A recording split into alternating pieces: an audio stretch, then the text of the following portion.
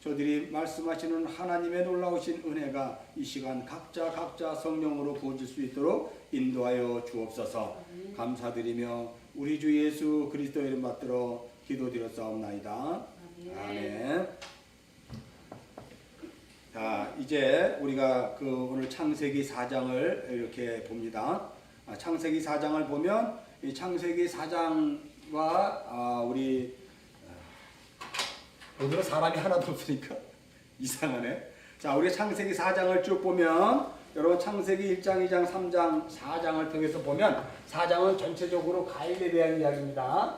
가인에 대한 이야기를 통해서 무엇을 이야기하시려고 그럴까요? 그것은 죄에 대한 이야기죠. 그리스도의 신앙뿐만 아니라 모든 사람에게 있어서 하나님을 만나려면 반드시 그 존재가 죄라는 속성 안에 있다는 것을 우리가 인식하지 않으면 결코 하나님을 만날 수가 없어요. 우리가 일반적인 많은 자연인들이 정말 하나님을 믿는다라고 얘기했을 때, 그리고 성경을 볼 때 우리가 그 마음속에서 철두철미하게 그 성경을 보는 눈은 죄인의 눈으로 보는 거예요. 우리가 하타라는 죄인의 눈으로 성경을 읽게 되면 어떤 일이 벌어지냐면 성경 속에서 나에게 의를 찾을 수가 없어요. 나는 불의하구나. 나에게는 하나님의 의가 없다는 것을 볼 수가 있어요. 왜 그럴까요? 죄인의 눈으로 성경을 보다 보면 우리가 이 성경을 제대로 읽어낼 수가 없어요. 성경이 무슨 소리를 하는지 하나도 알 수가 없어요. 정신 바짝 차리고 성경을 읽어봤자 이 성경은 죄인을 향한 그런 죄인을 위한 말씀이 되어버리는 거예요. 다시 말해서 죄인을 향한 죄인의 말씀이 아니라 죄인의 눈으로 성경을 보다 보면 그 성경이 뭐라고 죄인에게 이야기하는 소리가 들려요. 그래서 하나님이 말씀하시다 이렇게 얘기하는 거거든요. 그래서 성경 전체를 하나님이 아마르 하신다 이렇게 얘기해요. 아마르라는 단어를 많이 사용하는데 하나님께서 말씀하시되 라는 아마르라는 단어를 사용할 때 이 아마르는 무슨 말이냐면 표피가 아니고 뭐예요? 속뜻이에요. 속뜻. 레마.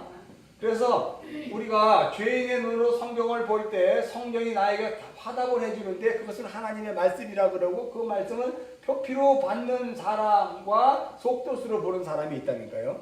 표피로 보는 사람은 자기가 성경을 볼 때는 표피로 보지만 성령으로 말미암아 성경의 말씀을 받을 때는 속뜻을 보게 되는 거예요. 그래서 우리가 창세기 1장서부터 4장까지 지금까지 왔지만 이 성령이 나에게 무엇인가를 말씀해 주신가를 듣는 자가 하나님 백성이고, 성령이 나에게 무엇인가 이야기하는 것을 듣지 못하고 내가 내 이야기를 듣고 이것을 지식으로 가져가는 자는 여전히 죄인에서 단 한 발짝도 벗어난 적이 없는 사람인데 그가 예수를 믿는다고 하고 교회에 다닌다고 한다는 이런 아이러니가 있단 말이죠. 그래서 우리가 창세기 4장을 여러분 자세히 보면 창세기 4장은 죄에 대해서 얘기한다 그랬어요. 그런데 창세기 4장은 가인을 통해서 죄를 이야기하지만 창세기 4장은 또 아벨을 통해서 무엇을 얘기하냐면 의에 대해서 이야기해요. 의. 아벨을 통해서 의에 대해서 이야기한다는 거예요. 그리고 이 가인과 아벨의 이야기를 통해서 어떻게 의가 주어지게 되는가는 바로 이 가인의 심판이 주어지자 그가 의가 주어진다는. 그래서 이거를 우리가 요한복음에서 예수님이 창세기 4장의 이야기를 이렇게 얘기해. 요한복음 16장 가봅시다. 요한복음 16장 너무나도 유명한 얘기예요. 성령이 너에게 오시면 죄에 대해서, 의에 대해서, 심판에 대해서 얘기를 해준다는 이야기를 하죠. 자, 요한복음 16장을 우리가 이제 늘 보았단 말이에요. 7절서부터 우리가 11절까지 우리가 읽겠습니다. 시작. 그러나 내가 너희에게 실상을 말하노니 내가 떠나가는 것이 너희에게 유익이라. 내가 떠나가지 아니하면 보혜사가 너희에게 오시지 아니할 것이요 가면 내가 그를 너희에게 보내니 그가 와서 죄에 대해서, 의에 대해서, 심판에 대해서 세상을 책망하리라 라고 이야기해요. 여기 말하는 이 책망이라는 단어는 엘렌코라 그랬잖아요. 빛 가운데를 끌어와서 빛으로 비춰주시다 이런 뜻이에요. 성령으로 조명해 주시다 이런 뜻이란 말이에요. 그래서 성령께서 오시면 이 세상에 존재하는 우리 그리고 성경에서 말하는 그 모든 내용들을 자세히 엘렌코 막 뭐라 그래요? 막 떠먹여 주시다 이런 뜻이거든. 떠먹여 주신다 이런 뜻이에요.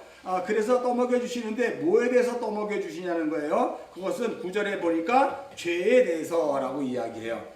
죄에 대해서로 하면 그들이 나를 믿지 아니하며 그리고 의에 대해서 하면 내가 아버지를 꾀러 가니 너희가 다시 나를 보지 못하며 심판이라 하면 이 세상의 임금이 심판을 받았으리라 라고 이야기해요. 여러분 여기서 자세히 보면 죄에 대해서 하면 그들이 나를 믿지 아니라 라고 이야기해요. 이 믿음이라는 것들을 이제 우리는 분명히 알고 있습니다. 믿음은 내가 주체가 된 게 아니라 내 안에 믿음을 가진 자가 들어오셔서 그 삶으로 말미암아 살아내게 하시고 보게 하시고 듣게 하시고 깨닫게 하시고 그 일을 겪게 하시는 것을 이제 우리가 믿음이라고 이야기해요. 그러므로 말미암아 내 안에 믿음이 들어오시자 내가 이거 죄를 깨닫는 거예요. 그러니까 굉장히 중요하죠. 이 가인에게 믿음이 들어오게 하기 위해서 카인에게 아벨을 붙여줬단 말이에요. 그러자 카인이 죄가 드러난 거예요. 카인이 무슨 다른 것을 해서 그런 것이 아니라 아벨을 붙여주자 카인이 죄의 상태인 것이 드러났는데 우리가 창세기 4장식으로 얘기하면 카인은 땅의 것으로 하나님을 예배드렸다 그래요. 땅의 것, 그죠? 그리고 아벨은 하늘의 것으로 하나님께 예배를 드렸다는 것이죠. 그 땅의 것으로 예배를 드리면 당연히 그 믿음을 가진 자가 이해하지 못하고 받지 못하고 관계가 없는 거예요. 그러므로 말미암아 아벨을 통해서 그 하나님이 이 아벨의 예배를 받자 카인이 아벨을 죽임으로 말미암아 죄가 드러나죠. 죄가 드러난 것이 아니고 이건 죄의 열매예요. 죄의 열매. 이건 살인 이런데 그러니까 살인이라든가 도둑질이라든가 간음이라든가 이런 것들은 다 죄의 열매지 죄는 아니란 말이에요. 죄는 우리가 날마다 이야기했지만 이 하타트라는 것은 하나님과 끊어진 상태, 하나님과 끊어진 상태. 그러면 다시 말해서 아벨을 통해서 카인의 죄가 드러났다는 얘기는 뭐냐면 아벨이 카인에게 붙여주자 카인 자체가 하나님께 끊어져 있는 상태라는 것을 카인이 보게 된 거지. 그러니까 카인 자신이 아벨을 통해서 나는 하나님과 연결되어 있는 줄 알았더니 하나님과 끊어져 있군요 라는 것을 깨닫게 되는 거예요. 그래서 그것을 우리가 창세기 4장서부터 계속해서 우리가 네가 어디에 있느냐라고 이야기하는 5절까지 6절까지 이제 우리가 그 내용을 볼 수 있어요. 그러므로 말미암아 카인에게 믿음이 주어지자 그가 죄를 알게 되고 죄를 통해서 아벨을 통하여 의의 상태로 넘어가는 것을 이제 창세기 4장이 설명하고 있는데 오늘 요한복음 16장에서 죄에 대해서라고 하면 저들이 나를 믿지 아니하며 라고 이야기해요. 이 말을 다른 말로 얘기하면 카인 안에 믿음이 없다는 것은 바로 카인이 나와 끊어져 있는 상태. 여기서 나는 예수 그리스도잖아요. 카인은 예수 그리스도와 끊어진 상태, 믿음이 없는 상태가 되는 거예요. 그 상태를 죄라 그러고 여기서 의에 대해서라고 이야기하면 내가 아버지께로 감으로 말미암아 그것이 의라고 얘기해요. 요한복음 우리가 10절 보면 의에 대해서라고 하면 내가 아버지께로 가니 너희가 다시 나를 보지 못한대. 이게 뭘까? 그러니까 예를 들어서 카인이 죄의 상태를 깨닫게 된 것은 자기가 하나님으로부터 끊어져 있는 상태인데 그 아벨을 통해서 의의 상태를 알아요. 예수 그리스도께서 떠나가시면 여기에 보면 아버지께로 가면 너희가 다시 나를 보지 못한다라고 이야기하는 것을 여기에서 우리가 연결을 시키면 카인이 자신의 죄를 보게 되면 죄를 보게 된 상태, 자기가 죄인인 상태를 알게 되는 것은 그것을 믿음의 시작이라 그래요. 믿음의 시초란 말이에요. 시작. 그럼 믿음의 시작이 되었을 때 이 상태가 성전이 되었다고 얘기해요. 성전, 로마서에는 성전이 되기 시작한 것이에요. 그러니까 하나님의 성전이 있고 성령이 너희 안에 계시는지 알지 못하나라고 얘기했을 때 반드시 여기서 깨닫게 돼야 되는 것이 우리는 뭘 해야 되냐면 내가 죄인이구나. 아, 내가 죄 속에 살고 있는 가인이었구나. 그럼에도 불구하고 성전을 통해서 이 죄를 깨닫게 된 거예요. 성전은 거룩하지만 먼저 그 하나님의 그 성령이 거하기 전에는 내 자신이 죄의 상태를 깨달아 알게 되는 거죠. 그러므로 말미암아 내가 떠나가는 것이 너에게 유익하다 그러면 가인이라는 나의 옛적 자아가 죄가 깨달게 되면 하나님은 죄하고는 함께 할 수 없지만 이 죄를 통해서 성전이 만들어지기 시작해요. 성전이 만들어지는 그 상태를 의라 그래요.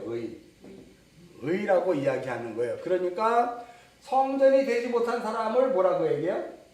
성전이 안 된 사람은 불의예요. 의가 아니라 불의. 다시 말해서 여전히 죄의 상태에 있는 사람이에요. 그리고 여기서 심판이라 하면 뭐냐면 심판을 이제 우리가 또 얘기하잖아요. 이 심판이라는 얘기는 뭐냐면 이 죄의 성전이 심판을 통해서 의로 가득 차게 되어가는 구속사에 대한 가장 중요한 얘기를 하는 거예요. 여기서 오늘 우리가 성경에 보면 이 나를 죽이겠나이다 라고 하는 이야기를 많이 나오는데 여기서 보면 우리가 그 나를 만나는 자가 나를 죽입니다 라고 얘기했을 때 여기 하락이라는 단어를 사용해요. 이 죽음은 좋은 죽음이야. 이 하락이라는 단어는 좋은 죽음이에요. 이건 다나토스의 죽음이라고도 얘기하고 생명을 얻는 죽음이라고 하기도 하고 십자가의 죽음이라고도 얘기를 한단 말이에요. 그런데 여기에 보면 이 하코트 즉 낙하라는 단어를 사용할 때 이거는 심판과 멸망을 얘기하는 거거든. 그러니까 심판과 멸망을 얘기할 때 이 낙하가 아니라 하락이에요. 그러니까 이 죄의 성전이 어떻게 돼요? 죽는 거예요. 심판받아 죽는 거예요. 그때 이 죄의 성전을 오늘 창세기 4장식으로 얘기하면 하락이에요. 하락. 내 안에서 예수가 죽는 거예요.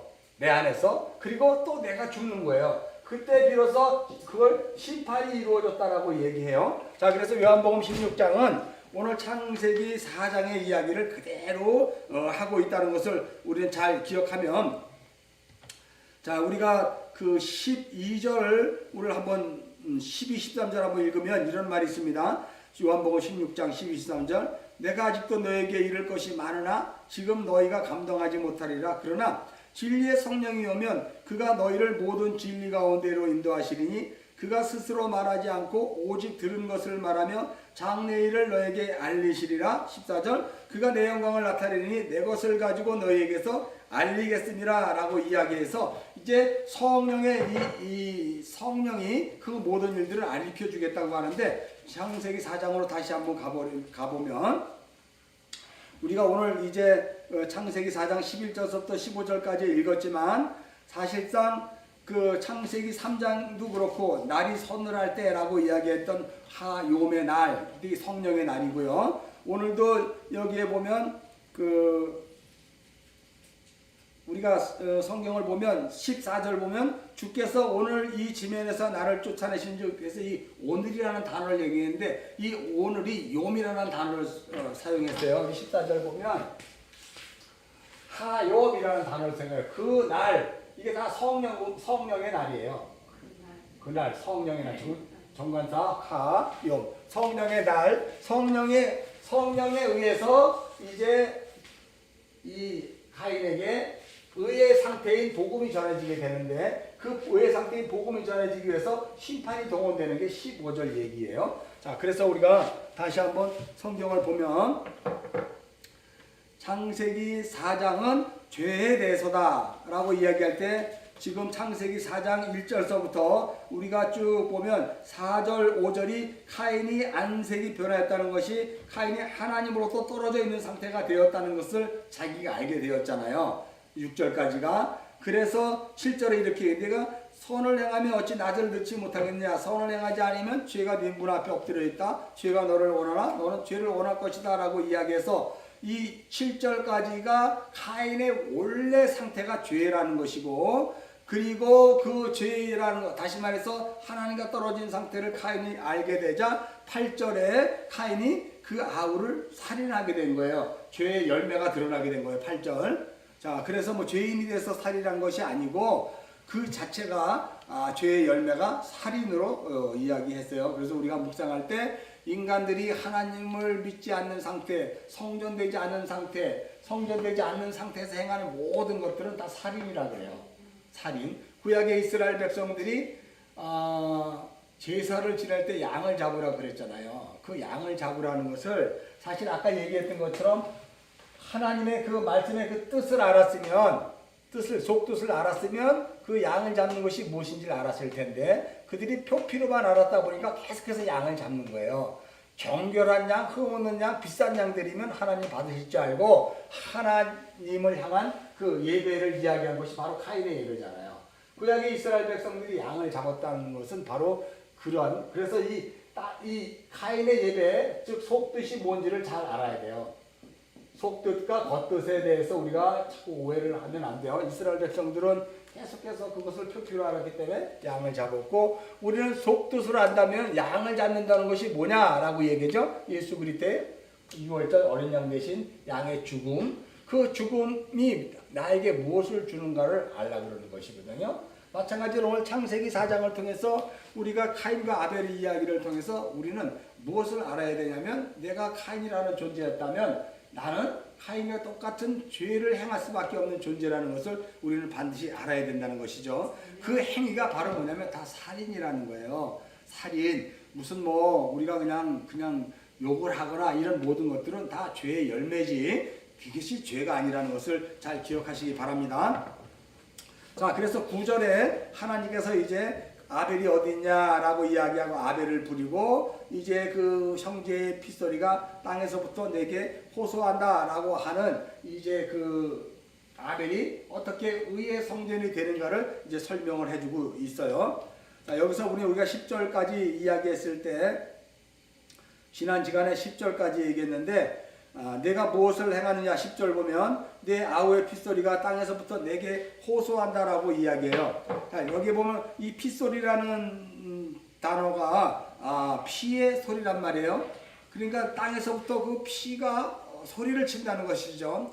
땅에서부터 피를 친다는 것은 우리가 이제 성경을 겉뜻으로 알면 이 세상 그 땅에서 예수가 죽어서 땅에서 피를 흘리다라고 이야기하는 것이 아니라, 속뜻을 알면 내 안에서 예수의 피가 소리를 친다는 거죠. 내가 땅이잖아. 내가 흙에서 온 아담하잖아. 그런 내 안에서 그리스도의 흘린 피가 계속해서 소리를 지른다는 거예요. 그래서 우리가 이것에 대해 10절에 대해서 한번 또 우리가 살펴볼 필요가 있는데, 계시록 6장 10절로 한번 가봅시다. 계시록 6장 10절. 다른 것도 다 보는데 계시록 6장 10절을 보면 이런 말이 있어요. 자, 9절서부터 우리 11절까지 읽으면, 다섯째 인을 떼실 때 내가 보니 하나님의 말씀과 그들이 가진 증거로 말미암아 죽임을 당한 영혼들이 제단 아래에 있어 큰 소리로 불러 이르되, 거룩하고 참되신 대주제여 땅에 거하는 자들을 심판하여 우리의 피를 갚아주지 아니하시기를 어느 때까지 하시려 하나이까 하니, 각각 그들에게 신 두루마리를 주시며 이르시되, 아직 잠시 동안 쉬되 그들의 동무 종과 형제들도 자기처럼 죽임을 당하여 그 수가 차기까지 하라 하시더라라고 이야기해요. 그러니까 이 피가 온전히 차기까지, 지금 이제 우리가 요한계시록에 보면 제단 밑에 있는 두 증인은 우리 모든 그 십자가의 복음으로 살고 있는 사람들의 이야기를 하고 있는 건데, 그 핏소리가 온 세상에 가득 찰 때까지 너는 제단 밑에 쉬고 있어라 라고 이야기해요. 이 제단은 피의 제사를 드리는 곳이잖아. 어떻게 보면 피의 제사를 드리는 곳이 어디냐면 내 안이거든. 내 안에 땅에 아벨의 핏소리가 소리친다 라고 이야기할 때, 그 아벨의 핏소리가 소리치는 그것은 내 안에서 아벨이 뭐하고 있는 거예요? 지금 예배를 드리고 있는 거예요. 내 안에서. 그러니까 우리 안에는 항상 예수 그리스도의 피 흘리심이 있는 거지. 그래서 그것으로 말미암아 삶을 살아내고, 그것으로 말미암아 또 예배를 드리고, 그것으로 말미암아 우리의 모든 삶이 그 안에서 시작되는 거예요. 그러니까 피는 우리에게 있어서, 그리스도인에게서 가장 중요한 것인데, 그 피는 나의 피가 아니라 예수 그리스도의 피예요. 이걸 통일교회 문선명이가 무슨 피가름 이렇게 얘기해가지고 우리는 예수의 피로 바꿔야 됩니다. 근데 재림주 예수는 나 문선명입니다. 그래서 다 내 피와 바꾸세요. 이렇게 얘기하는 그 가짜 이단 교리가 있는데 바로 요 이야기를 가지고 걔네들이 이렇게 끼워 맞춰요. 이단들이. 자, 그래서 우리 안에 늘 그 피소리가 있다는 것을 잊어버리지 마세요. 그 피소리는 정인들의 피소리예요. 우리가 정인이잖아. 마르티레스. 우리는 그 주를 증거하는 정인들이란 말이에요. 그것을 잊어버리지 마시고, 또 10절이 그러므로 말미암아 이제 11절에 또 하나가 주어지는데, 땅이 그 입을 벌려 내 손에부터 내 아우의 피를 받았은즉 내가 땅에서 저주를 받으리라 라고 이야기해요. 여러분이 11절에서 저주라고 얘기하면 여기에 보면 왜 아타 아루루라는 이걸 저주라고 그러거든요. 저주 아루루. 그럼 여기가 왜 그런데 저주를 받으리라는데 아타라는 단어를 두 개를 다 잊어서 저주를 강조하고 있어요. 저주를 강조. 그러니까 이 저주를 우리가 창세기 3장 몇 절이더라? 창세기 3장에 보면 어디에서 시작되냐면 창세기 14절 창세기 3장 14절 한번 읽겠습니다. 시작. 여호와 하나님이 뱀에게 이르시되 내가 이렇게 하였으니 내가 모든 가축과 들의 모든 짐승보다 더욱 저주를 받아 배로 다니고 살아있는 동안 흙을 먹을지라 할 때 이 저주가 아르루예요. 여기에 보면. 그래서 이 저주를 받으리라고 할 때 이 저주가 도대체 뭐냐는 거예요. 이 저주를 우리가 지난 시간에 했을 때 이걸 아나데마라 그래요. 이거는 죄물로 바쳐지는 죽음, 죽음으로써 죄물을 바쳐지는 저주. 그러니까 우리가 성경에서 저주를 받을지어다, 저주를 받아라라고 이야기할 때 그 저주는 하나님으로부터 심판을 당하는 저주인 것 같지만 그 저주를 받는 당사자인 나는 하나님께 뭐예요? 죄물로 바쳐지는 거예요. 그게. 그 저주가. 그러니까 복음을 잘 이해를 하셔야 돼요. 성경에서 에이 저주를 받을지어다라고 이야기해요. 어떻게 저 사람이 나를 저주한다 그래? 기분 나빠 죽겠네 라고 이야기하지 않고 성경에서 내가 저주를 받는다는 얘기는 뭐예요? 내가 죄물이 되는 거예요. 제의적 용법에서 이 아나데마는 죄물로 똑바로 세워지다 위로 올려지다 이런 뜻이란 말이에요. 그러니까 여기서 카인에게 지금 이 저주는 바로 뭐냐면 카인을 통해서 이 죄물이 어떻게 하나님께 똑바로 바쳐지는가를 지금 이야기할 때 왜 아타, 아루루 아타 이렇게 얘기하는 거예요. 그래서 11절에 이 저주를 받으리라 라고 하는 이 얘기를 하는데 그렇다면 여러분 이 저주는 좋은 거예요? 나쁜 거예요? 좋은 거예요. 좋은 거죠. 성경에 보면 이것을 우리가 문맥으로 보지 않고 창세기 4장에 있는 대로 땅이 그 입을 벌려 내 손에부터 내 아이 피를 받았으니 내가 땅에서 저주를 받아라 그러면 이건 굉장히 우리가 문자적으로 보고 호피로 보면 나쁜 거네. 카인에게 향한 진짜 저주네. 이렇게 얘기할 수 있어요. 그러니까 우리가 정신줄을 놓으면 하나님이 말씀하시는 그 저주 아루루와 우리가 생각하는 저주가 자꾸 혼선을 믿을 수가 있어요. 그래서 우리가 성경을 볼 때 아까 얘기했잖아. 내가 이것을 죄인의 상태에서 성경을 보게 되잖아 우리가. 근데 거기에서 성령이 나에게 그것을 깨달음을 주느냐 아니면 그것이 내가 지식으로 깨달아 먹느냐가 굉장히 중요한 차이기 때문에 같은 저주를 해도 이 저주가 나에게 있어서는 제물된 바쳐진 그리고 어떻게 해서 하나님이 바쳐지는 그런 거룩한 산제사가 되는가. 아까 얘기했듯이 아벨의 카인에 있는 땅의 것을 드리고로 말면 하나님이 받지 않았는데 그것을 바로 저주란 말이에요. 저주. 그러니까 하나님은 땅의 것을 받는 것이 아니라 위의 것, 하늘의 것을 받잖아요. 하늘에 신령한 것, 그것이 바로 뭐냐면 그 하늘에 신령한 것들을 하나님이 받으시기 위해서 이제 그 저주라는 단어를 사용하셨어요.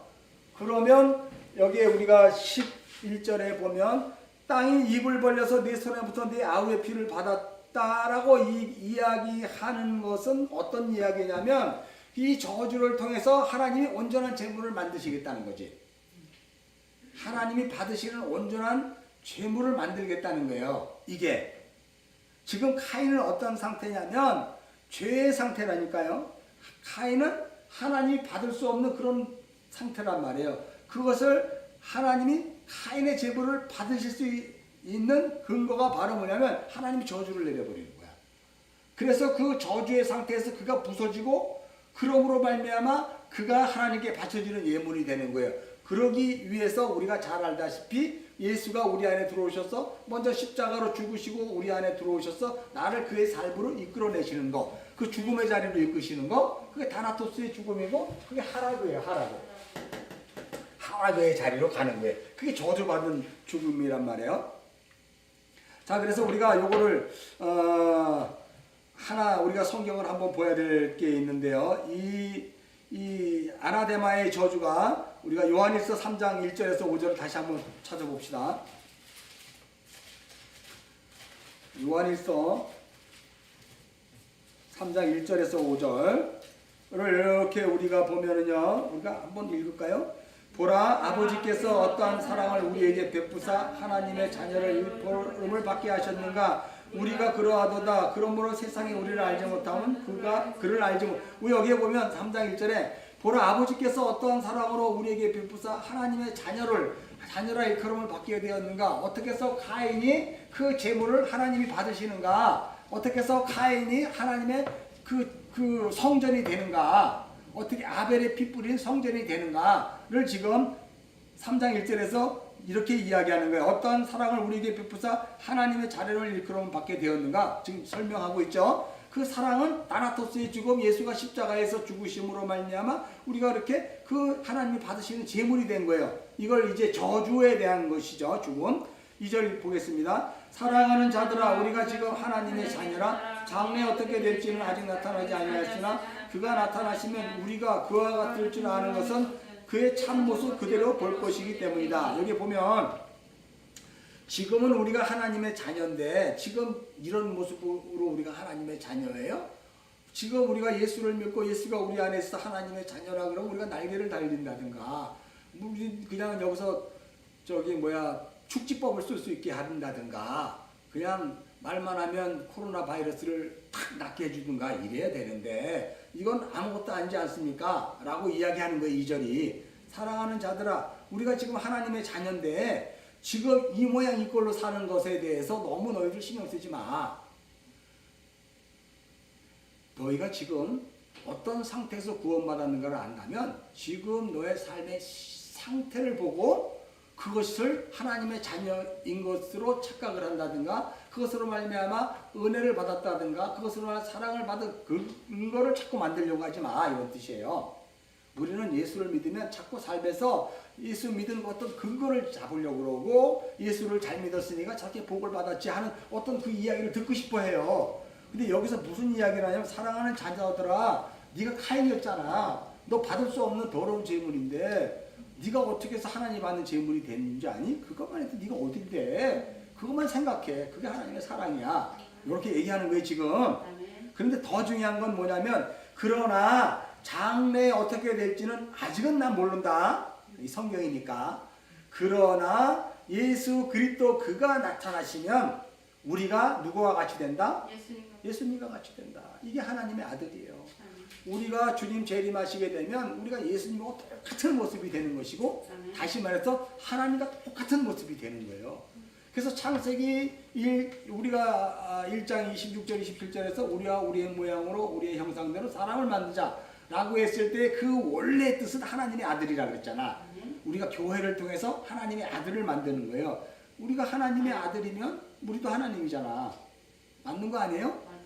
근데 우리가 하나님의 아들이라면 이다냐 이런 소리 하는데 그렇지 않아요. 원래 원뜻은 우리가 그 자리로 가는 거예요. 그래서 예수가 나타나면 우리도 그와 같은 모습이다 라고 이야기합니다. 자, 3절 주를 향하여 이 소망을 가진 자마다 그의 깨끗하신과 같이 자기를 깨끗게 하느냐. 4절 죄를 짓는 자마다 불법을 행하나니 죄인은 불법이라. 5절 그가 우리 죄를 없애려고 나타나신 것을 너희가 아나니 그에게는 그러니까 우리의 죄를 없애려고 나타나신 것을 너희가 아나니 라고 이야기해요. 그렇다면 여러분 4절에 보면 죄를 없애려고 나타나신 것은 바로 뭐냐면 죄를 짓는 자마다 다 뭘 하는 자이기 때문에 그래요? 불법, 하나님의 의에 이루지 못하는 불법의 상태이기 때문에 그리스도 예수께서 그 죄를 어떻게 해요? 스스로 저주받은 자가 돼서 그 죄를 속량하시는 거잖아. 그래서 우리가 로마서 3장으로 한번 가볼까요? 로마서 3장은 굉장히 중요한 내용이에요. 19절서부터 우리가 쭉 있었는데 자, 19절서부터 24절까지 우리가 한번 읽겠습니다. 시작. 우리가 알과 모르는 율법이 말하는 바는 율법 아래 있는 자들에게 말하는 것이니 이 모든 일을 맡고 온 세상이 하나님 심판 아래 있게 하렵니다. 이거는 뭐 얘기할 것도 없어요. 우리가 율법이 말하는 바는 뭐냐면, 이 성경이 말하는 것은 뭐냐면 율법 아래에 있는 자들에게 말하는 것이고요. 온 세상이 심판 아래에 있는 거예요. 이 세상을 하나님의 의가 드러날 수 없는 상태라는 거예요. 자, 20절. 그러므로 율법의 행위로 그의 앞에 의롭다 하심을 얻을 육체가 없나니, 율법으로는 죄를 깨닫는 거죠. 먼저 일단은.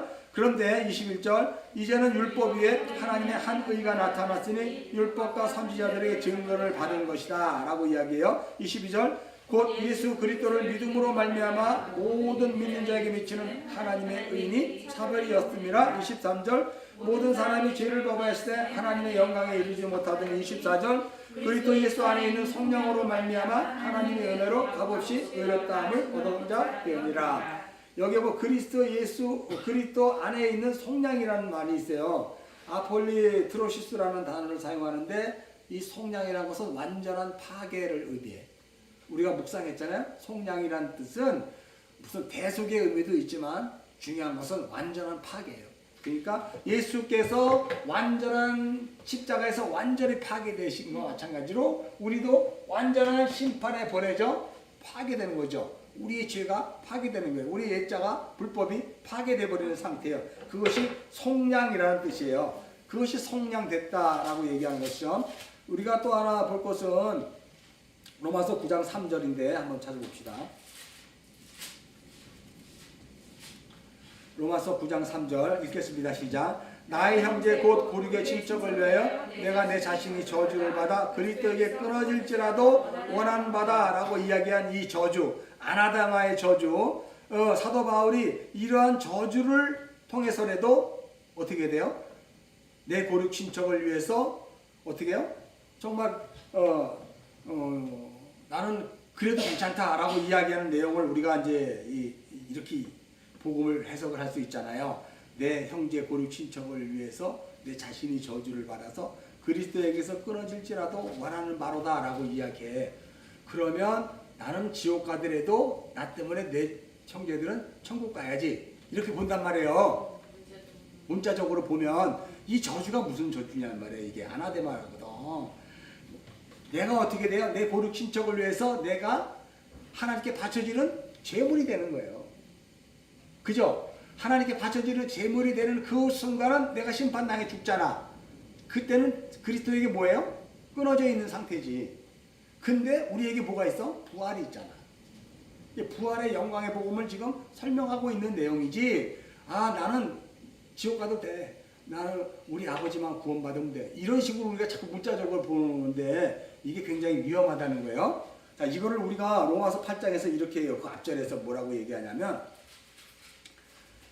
자, 우리 34절서부터 한번 읽겠습니다. 로마서 8장 34절 시작. 누가 정죄하리요? 죽으실 뿐 아니라 다시 살아나는 이는 그리스도 예수시니 그는 하나님 우편에 계신 자요 우리를 위하여 간구하시는 게 아니라 누가 우리를 그리스도의 사랑에서 끊으리요? 환난, 곤고, 박해, 기근, 적심 위한 칼이냐? 기록된 바 우리가 종일 주를 위하여 죽임을 당하려며 도살할 양같이 여김을 받. 여기에 보면 우리는 누구예요?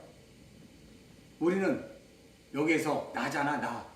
내가 날마다 주님을 위해서 뭐 해야 된다고요?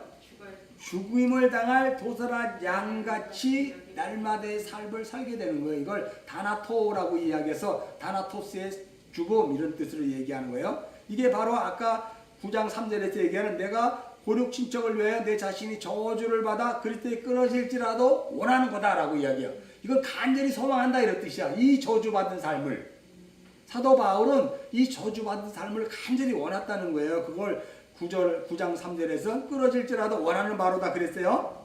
자, 그러면 여기도 동일한 내용이에요. 35절, 8장 35절에 누가 우리를 그리스도의 사랑에서 끊으리요 라고 이야기하는 이 끊으리요가 도대체 뭐냐는 거예요. 우리가 먼저 하나님께 제물로 바쳐지는 그 죽음의 자리에 가서 그리스도의 사랑에 완전히 떨어져 끊어져야지만이 그 부활의 육체로 말미암아 다시는 영원히 그 사랑이 끊어지 않는 자리로 가게 되는 거죠. 이게 좀 어렵나?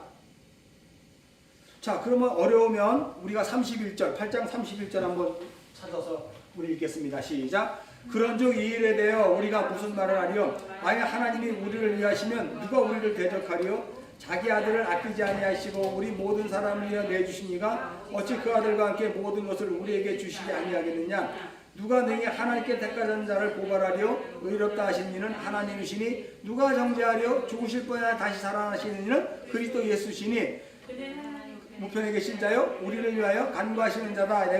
여기 보면 누가 능히 하나님께서 택하신 자들을 고발하리요? 의롭다 하시는 하나님이시니 누가 정죄하리요? 죽으실 뿐 아니라 다시 살아나시는 예수 그리스도라고 이야기하면서 우리가 온전한 그리스도의 사랑에서 끊어지지 않게 하기 위해서는 우리가 뭘 해야 되냐면 35절에 환난, 곤고, 박해, 기근, 적신, 위험, 칼이라는 이런 세상의 모든 조건들 앞에 놓여지게 되는 거예요. 그래서 그것으로 말미암아 우리가 여기 그 문자적으로만 보면 그래도 우리가 그리스도의 사랑이 안 끊어지는 거야. 얘기하잖아요. 그것으로 말미암아 끊어져야 다시는 우리가 새 사람을 입게 될 때 그리스도의 사랑에서 안 끊어진다 이런 뜻이에요. 나의 육적 자아, 이 껍데기를 갖고 있는 이 육적 자아가 35절에 누가 그리스도의 사랑에서 끊으리오라고 이야기할 때 환난, 곤고, 박해, 기근, 적신, 위험, 이 칼 이런 것들로부터 지키고 보호한다. 하나님이 나를 사랑하기 때문에 이렇게 하면 그건 목표비로 보는 거예요. 무슨 소리인지 알죠? 복음을 잘 이해해야 돼. 아까 내가 얘기했잖아. 성령으로 볼 건지 죄의 생각으로 볼 건지 그 곤고, 환난, 박해, 기근, 적신, 위험, 칼에 의해서 내가 죽는다니까. 세상의 삶의 현실에서 나는 아무것도 없는 나띵으로 죽는 거예요. 그러고 나야 우리가 새 사람을 입는 거잖아. 부활에 의해. 그때 그 나는 그리스도의 사랑에서 결코 끊어질 수 없는 자다 이런 뜻이에요. 그러면 그리스도의 사랑에서 결코 끊어지지 않게 하려면 먼저 어떻게 돼? 내가 죽어야지. 내 육적 자아가 죽어야지. 내 카인이 죽어야지. 내 카인이 죽어야 되는 거예요. 그러기 위해서 도움된 게 이 환난, 공고, 핍박이에요. 그래서 36절에 날마다 우리는 주를 위하여 죽임당한 도살할 양같이 그런 삶을 살아내게 되는군요. 오늘도 죽고 내일도 죽고 사도 바울 말대로 나는 날마다 죽노라. 고린도서 15장 31절인가? 나는 날마다 죽노라. 그렇게 죽는 거예요. 도살할 양같이 우리는. 그건 왜 그래요? 그리스도의 영원한 사랑에서 끊어지지 않게 하기 위해서. 그게 하나님의 방법이라니까. 우리가 요거를 자꾸 표피로 보면서 자꾸 우리의 지식으로 보면 성경은 전혀 우리하고 관계없는 거고 하나님과 관계없는 얘기라는 것을 잘 기억하세요. 37절 보면 그러나 이 모든 일이 우리를 사랑하시는 이로 말미암아 우리가 넉넉히 이긴다 그러잖아요. 그러니까 우리를 사랑하시는 이로 말미암아 우리가 넉넉히 이기게 하시는 것으로서의 나를 죽음으로 하나님이 먼저 던져놓으신다 이런 뜻이란 말이에요. 그러니까 우리가 이 세상에서 예수를 믿게 되면 제일 먼저 복받고 잘 살고 구원받는 게 아니라 내가 삶의 현장에서 처절하게 죽는 것을 경험하는 거예요. 거기에 동원된 게 육신이냐 환난이냐 공고나 기근이냐 적신이냐 이런 것들로 지금 동원되고 있잖아요. 지금 여기가. 그죠? 그러니까 이게 복음의 뜻을 잘 이해하죠? 그래도 이해를 못하기 때문에 38절 39절에 이렇게 얘기해요. 한번 읽겠습니다. 시작. 내가 확신하노니 사망 생명, 천사, 권세, 현재일, 장래일, 능력, 높음, 깊음, 다른 어떤 피조물이라도 우리를 우리 주 예수 그리스도 안에 있는 하나님의 사랑에서 끊을 수 없게 하는 거예요. 이게 봐요. 내가 육적 자아가 죽고 나야 그 사랑 그리스도와 하나 묶여져 있는 거기에 대해서 어느 누구도 끊을 수 없는 거예요. 이게 예수 믿는 거라니까. 이게 굉장히 중요한 얘기인데 우리는 이 본문을 자꾸 문자적으로 보다 보니까 전혀 다른 생각을 하고 있다니까요. 그러니 사망이나 생명이나 천사들이나 권사들이나 사망, 네크로스의 죽음의 육적 자아를 얘기하는 거예요. 생명, 그 우리가 생명이라고 얘기하는 그런 모든 것들 그거 다 가짜들이거든. 그런 것들을 빨리 벗는 거예요. 그래서 제단 밑에서 두 증인이 피가 찰 때까지 쉬고 있는 거예요. 두 증인이 교회가 쉬고 있으면 누가 일하는 거야 그러면? 하나님이 일하시는 거예요. 성령님이 일하시고 예수님이 아버지께서 일하시는데 나도 지금도 일하는 거예요. 지금은 성령님을 보내서 그 일을 하시는 거예요. 무슨 소리인지 알죠? 그러니까 구원에 대해서만큼은 죄인들이 어떤 행위를 하나님 받으시는 것이 아니라 아버지께서 스스로 그 일을 하시고 죄인들에게 전가시켜주는 것이 바로 저주의 아나데마. 그래서 우리를 제물로 만들어 하나님께 올려주는 거예요. 그게 아나데마, 제물로 올려지다 이런 뜻이에요.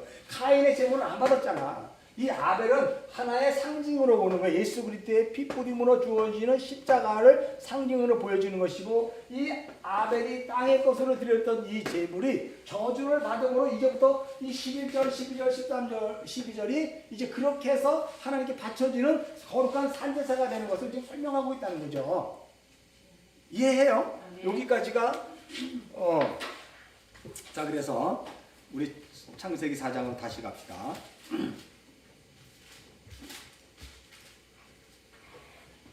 자, 그럼 창세기 4장을 우리가 보면은요, 우리가 이제 오늘 볼 거는 11절이니까 11절, 12절 땅이 그 입을 벌려 내 손에서 내 아의 피를 받아서 내가 땅에서 저주를 받으리라. 이거 당연히 좋은 얘기예요, 그죠? 그리고 12절도 내가 밭을 갈아서 땅이 다시는 혈육을 내게 주지 아니할 것이요 너는 땅을 피하며 유리하는 자가 되리라. 이것도 당연히 좋은 이야기예요. 무슨 소리인지 알죠? 근데 13절에 가인이 여호와에게 이르되 내 제물의 지기가 너무 무거우니라 라고 이런 자기 신앙 고백을 한다니까.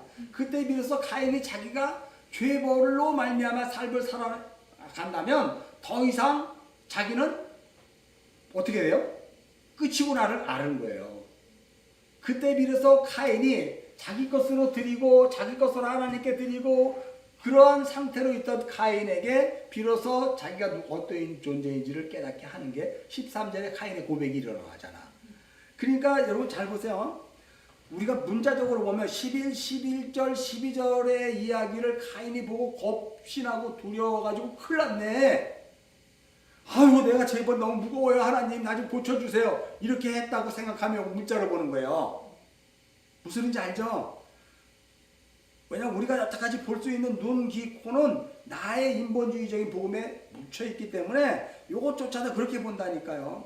그러니까 11절, 12절은 카인이 땅의 것을 드릴 카인이 어떻게 하나님께 제물이 바쳐지는 그러한 의인의 상태가 되는가를 던져주는 11, 12절의 복음을 듣자 카인이 자기가 큰일 날 뻔했어요 라고 아까 얘기했 누가 우리를 그리스도의 사랑에서 끊으리요 라고 하나 끊어질 뻔했네요. 나는 이렇게 잘하는 것을 하나님께 드리는 건지 알았는데 이게 하나님부터 끊어지는 거였었네요. 나는 그럼 철저하게 내가 죽인 아벨과 같이 도살할 양같이 죽임을 당해야 되네요. 를 13절에서 아벨이 고백을 하는 거란 말이에요. 이게 이해를 하려는지 모르겠어요. 그죠? 자, 그래서 11절을 우리가 한번 이렇게 한번 보면 11절의 내용을 내가 한번 제대로 한번 번역을 해보면 이렇게요. 11절 가인아 지금 내가 그 땅으로부터 저주를 받았지만 네 손에서부터 네 형제의 살리는 그 구속의 피를 받은 것처럼 너도 그렇게 구원하여 건져지리라가 11절 뜻이에요. 그러니까 다시 말해서 여기에 보면 우리가 입을 벌렸다라는 단어가 있어요. 입을 벌렸다는 단어가 여기에 보면 파체타라는 단어를 사용하거든요. 그러니까 하 아다마 그 땅으로부터 아쉐로 파체타 에트피하 그 땅으로부터 입이 열어진 거예요. 그 땅으로부터 목구멍이 열어진 거야. 우리가 여기 보면 목구녕이라는 게 7절 우리가 문이 죄가 네 문에 엎드러져 있느라 죄가 너를 원하니라라고 하는 그 4장 7절에 그 문에 엎드렸다는 것이 목구멍 네 입에서 열려졌다는 거예요. 죄가 열려 나왔다는 거예요.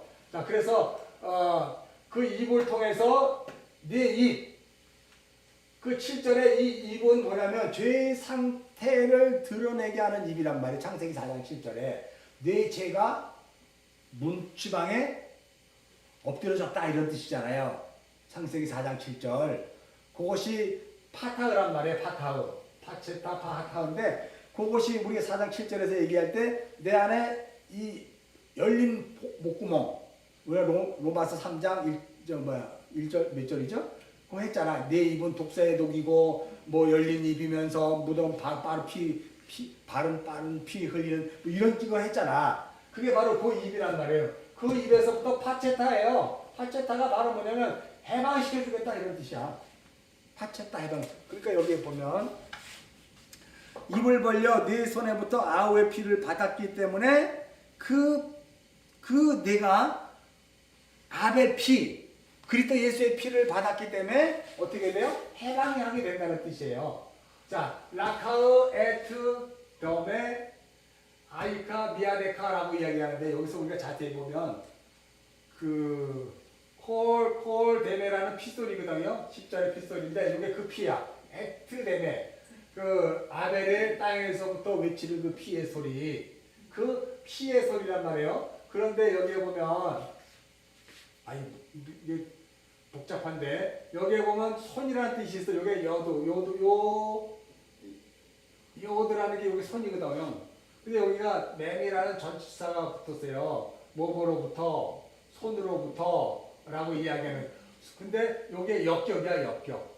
전치사, 명사, 역격, 복수, 이직, 남성, 단수, 전미사야. 남성 단수 전미사. 남성 전미사. 여성과 남성은 달라. 여성은 받는 거고 남성은 행하는 거고 줄 거고. 근데 이게 역격이란 말이야, 역격. 역격이라는 것은 손, 그럼 이 손을 그럼 이게 손이라고 했는데 역격은 손이 무엇을 가리키는지를 설명하는 거예요. 그러니까 여기에 보면 그 손, 내 손으로부터 그 피 묻은 손이야 이게. 그러니까 그 피에 묻은 손으로부터 치유하여서 그 죄의 입으로부터 해방시켜 주겠다 이런 뜻이거든요. 그러면 여기 그 미아데카라는 이 손 11절에 보면 여기 내 아이가 내 손에서부터 내 아이의 피를 받았다는 거잖아요. 그러니까 아벨의 그 손으로부터 피를 받았다는 이 손이라는 내용이 뭔지를 우리가 역격이기 때문에 그냥 그 손이 아니라 다른 무엇인 거란 말이야. 그래서 우리가 이거를 또 한번 찾아봐야 돼. 그러니까 이 손이 뭐냐면 창세기 5장 29절로 한번 가봅시다. 그 뒤에 가면 창세기 5장 29절. 찾았으면 읽겠습니다. 이름을 노아라 이르되 여호와께서 땅을 저주하심으로 수고롭게 하여 우리를 이 아들이 아니하리라 라고 이야기해요. 다시 말해서 우리는 지금 어떤 상태냐면 안식을 잃어버린 상태야. 무슨 소리 알죠? 노아라 하리라 여호와께서 땅을 뭐 했다? 아까 저주했잖아. 여기 저주. 아라로. 11절에 아라로. 저주하심으로 수고롭게 일하는 우리를, 그 땅을 저주하심으로 수고롭게 일하는 우리를 이 아들이 뭐했다? 안식을 주다 이런 뜻이에요. 그러니까 안식을 잃은 우리에게 안식을 주다 이런 뜻이에요. 그러니까 이 창세기 11절 다시 4장 11절로 가면 손에부터 내 아우의 피를 받았다는 것은 바로 뭐냐면 너에게 안식이 주어졌다 이런 뜻이에요. 에? 아직 이해 안 가요? 가죠. 5장 29절에 노아라 하리라 여호와께서 땅을 저주하심으로 수고롭게 일하는 우리에게 이 아들이 안위하리라 안식을 주리라 라고 이야기하는 것처럼 지금 아벨의 피가 카인의 손에 묻자 어떻게 됐다? 카인이 안식이 주어지게 되는 거예요. 쉼을 주어지게 되는 거예요. 자, 다시 한번 우리가 창세기 4장 7절 한번 가보면 네가 선을 행하면 어찌 낮을 듣지 못하겠느냐 선을 행하지 않으면 죄가 문에 엎드러지느니라 죄가 너를 원하고 너는 죄를 다스리라 네가 탐심과 태식화 하나 동화되었구나 라고 이야기하는 그 저주를 이야기해 여기서는요. 근데 여기에서 보면은 이제 그 11절에는 그 네 손에 아우의 피를 받았음으로 말미암아 내가 안식이 주어지게 되는 거예요. 근데 7절에서는 문 앞에 죄가 엎드려 있다라고 이야기해서 이게 뭐냐면 회칠할 무덤이라 그랬잖아. 우리 안에 죄가 있는데 겉은 괜찮은 것 같아. 예수님이 회칠할 무덤아라고 얘기하는 거예요. 이 독사 자식들아 얘기할 때 그 입을 통해서 나오는 것들은 다 뭐다? 죄다란 말이에요. 그런데 그 아벨의 피가 뿌려지자 이제 11절에서는 그 손으로부터 아우의 피를 받음으로 말미암아 이제 날마다 나오는 게 죄가 아니라 죄에서 끊어지고 아까 제단 밑에서 두 주인이 뭐예요? 쉬고 있는 거잖아. 그게 안식의 상태잖아. 그런 쉼이 주어지게 되는 거예요. 10절에서. 자, 그래서 11절에 보면 땅이 그 입을 벌려 내 손에부터 내 아의 피를 받았은즉 내가 땅에서부터 저주를 받는다라고 이야기한 내용이 있는 다음에 12절을 한번 읽어보면 어떤 내용이 나와요? 내가 밭을 갈아도 땅이 다시는 그 효력을 내게 주지 아니할 것이요 너는 땅에서 피하며 유리하는 자가 되리라 라고. 유리하는 자는 쉬지 못하는 자잖아. 문자적으로 보면 이거 진짜 가인에게 대한 엄청난 저주야. 근데 이게 속뜻으로 보면 가인에게 어떻게 구원이 주어지게 되는가를 지금 설명하고 있는 거예요. 그죠? 아벨의 핏부림이 그의 손으로부터 시작되자 그가 안식을 얻는 거죠. 11절에서는. 그죠? 12절로 가면 밭을 가르도 땅이 너에게 그 효력을 주지 않는데 그러면 여기 그 효력이라는 것이 뭐냐면 코아흐라는 단어를 사용해요. 12절 보면 자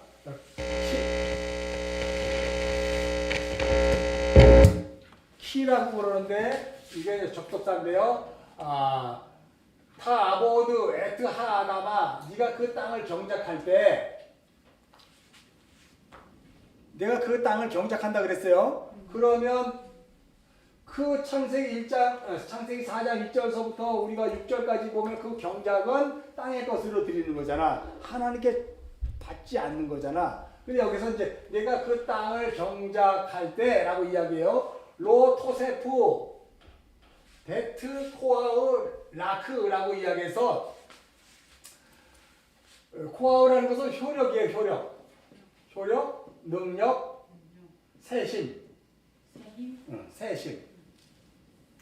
그리고 12절을 내가 땅을 경작할 때 로 토세프 테트 코아우 다시는 너에게 그 효력을 주지 않고 그리고 나 와드 유리하는 자가 되는 거예요. 그 땅에서 네가 유리하는 자가 된다라고 내가 얘기했는데 라고 하는 것을 지금 문자적으로 얘기해 줄 때 여기에 보면 우리가 코아흐라는 단어를 찾아봐야 돼요. 그래서 이 코아흐가 뭘 의미하는지를 한번 찾아보면 죄를 회개하는 능력이라고 그래요.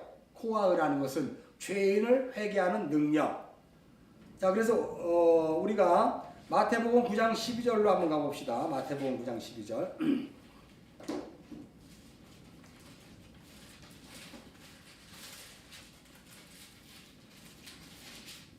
마태복음 9장 12절 13절 한번 읽겠습니다. 시작. 예수께서 이르시되 건강한 자에게 의사가 쓸데없고 병든 자에게야 쓸데있느니라. 너희는 가서 내가 긍휼을 원하고 제사를 원하지 아니하노라 뜻이 무엇인지 배우라. 나는 의인을 부르러 온 것이 아니고 죄인을 부르러 왔노라 라고 이야기해요. 여기 보면 건강한 자라는 것은 이스키로스라는 그 헬라어 단어를 사용하는데 이게 바로 뭐냐면 강한 자라 그래. 이거 잠깐 손가락 끼고 12장으로 한번 갑시다. 마태복음 12장 29절.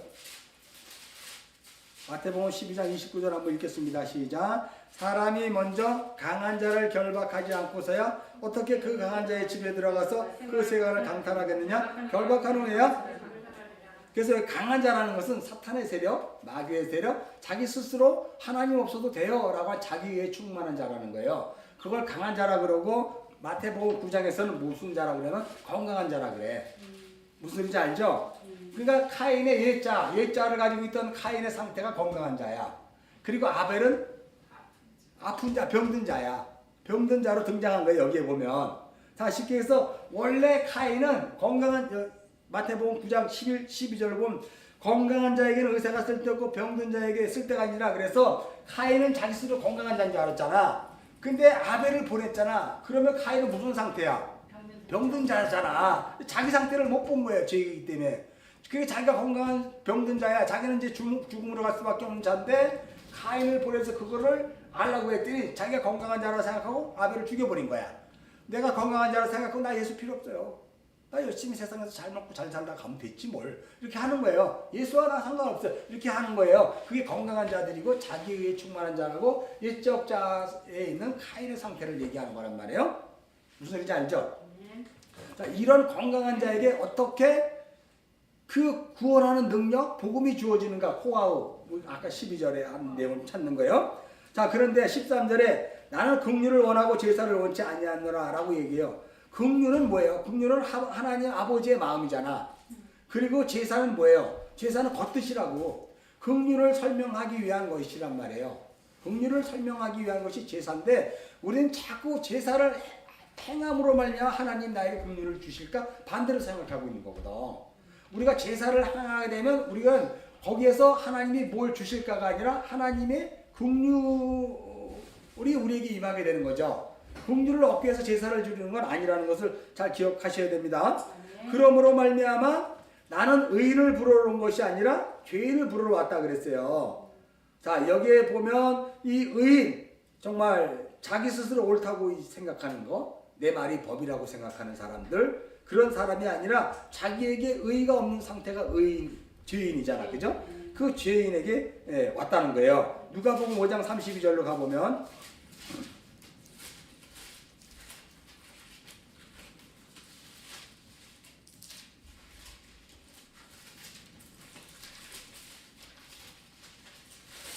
누가복음 5장 32절 똑같은 병행 구절인데 우리 한번 읽겠습니다. 시작. 내가 의인을 부러운 것이 아니요 죄인을 불러 회개시키러 왔다.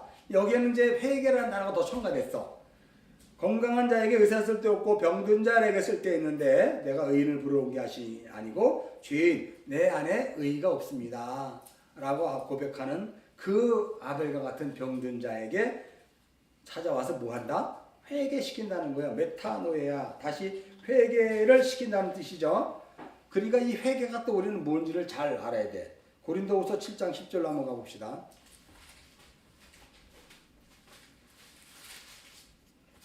고린도후서 7장 10절에 가면 이 회개가 뭔지를 잘 설명을 해주고 있어요. 자, 회개. 자, 찾았으면 우리 읽겠습니다. 시작. 하나님의 뜻대로 하는 근심은 후회할 것이 없는 구원에 이르게 하는 회개를 이루는 것이요 세상 근심은 사망을 이루는 것이다 라고 이야기해요. 그러니까 내가 죄인을 구원하러 왔다고 이야기했는데 결국은 뭘 얘기하는 거예요? 죄인을 구원하여 회개케 하러 왔다는 것은 바로 뭐냐면 하나님의 뜻대로 하는 근심은 후회할 것이 없는 구원에 이르게 한다 라고 이야기하는데 그 구원에 이르게 하는 회개예요. 그러니까 회개는 뭐냐? 구원에 이르게 하는 회개. 세상 근심은 회개가 아니라 사망을 이르게 하는 것이다 라고 하는 것을 우리가 잘 명시를 해야 될 필요가 있습니다. 고린도서 13장으로 한번 가볼까요? 고린도서 13장 5절 한번 읽겠습니다. 시작.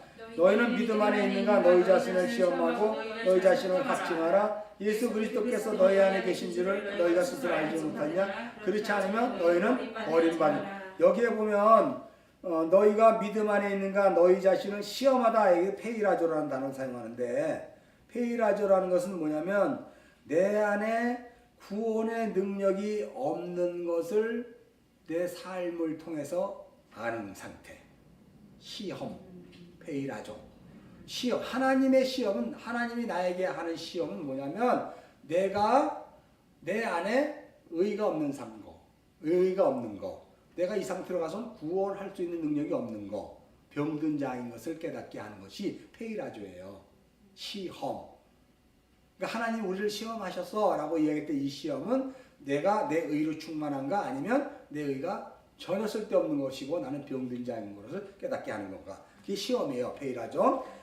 그 시험하고 너희 자신을 확증하라 라고 하는 게 도키마조야. 도키마조라는 것은 뭐냐면 구원하는 능력이 그럼 나는 없으니까 이제 그리스도 예수로부터 얻게 되는 거라를 깨닫게 되는 거. 믿음으로 알게 되는 거. 이게 도키마조예요. 도키마조. 이게. 그러니까 먼저 우리에게 페이라조가 하나님의 시험에 들어가게 되면 그 상태에서 내가 카인에서 아벨로 바뀌는 거죠. 나는 괜찮아요. 나는 뭐 아무 문제 없어요. 라고 하는 것이 아니라 내 안에 의가 없군요. 나는 구원받을 수 있는 근거가 하나도 없는 존재군요.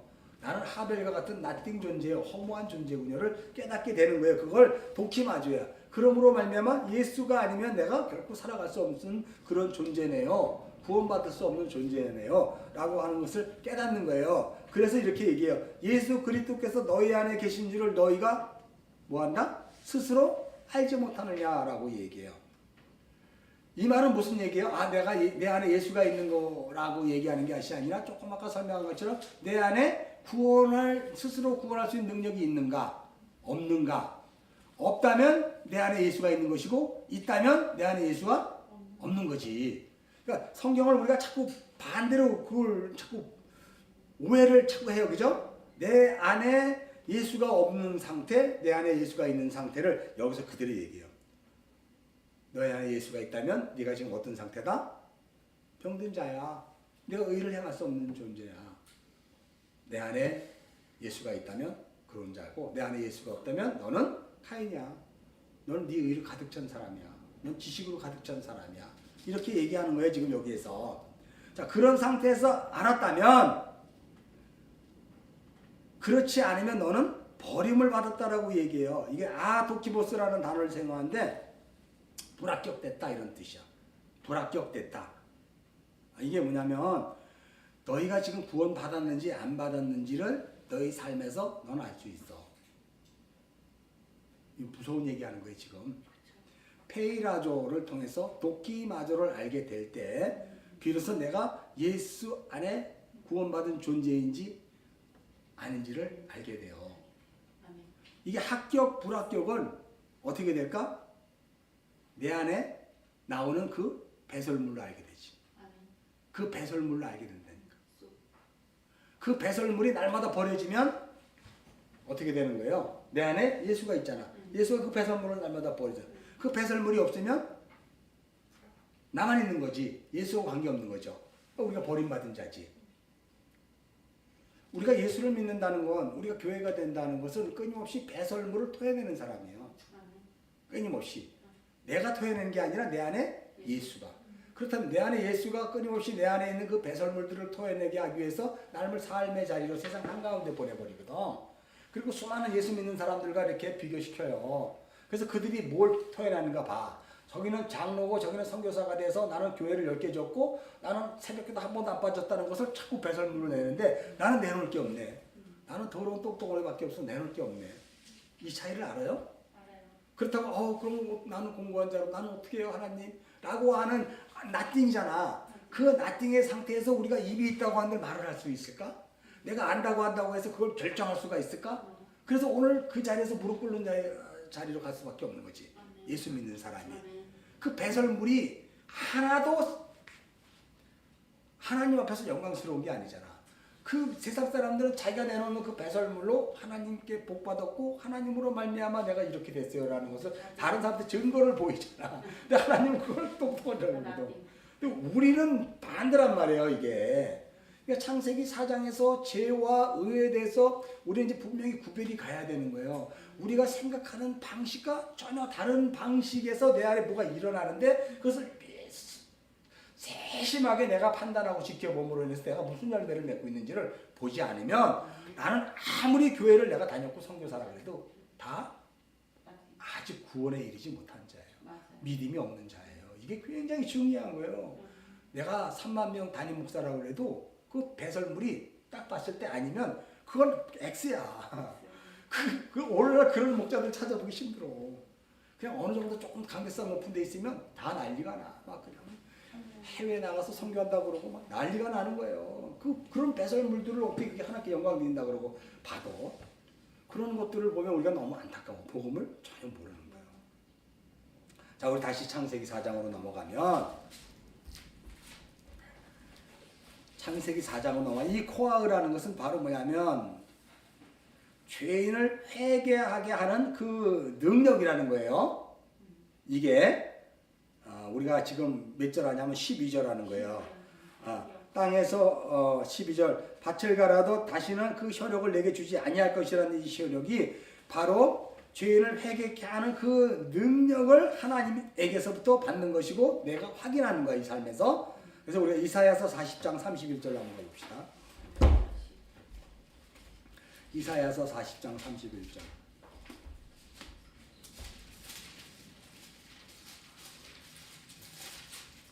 이사야서 40장 31절.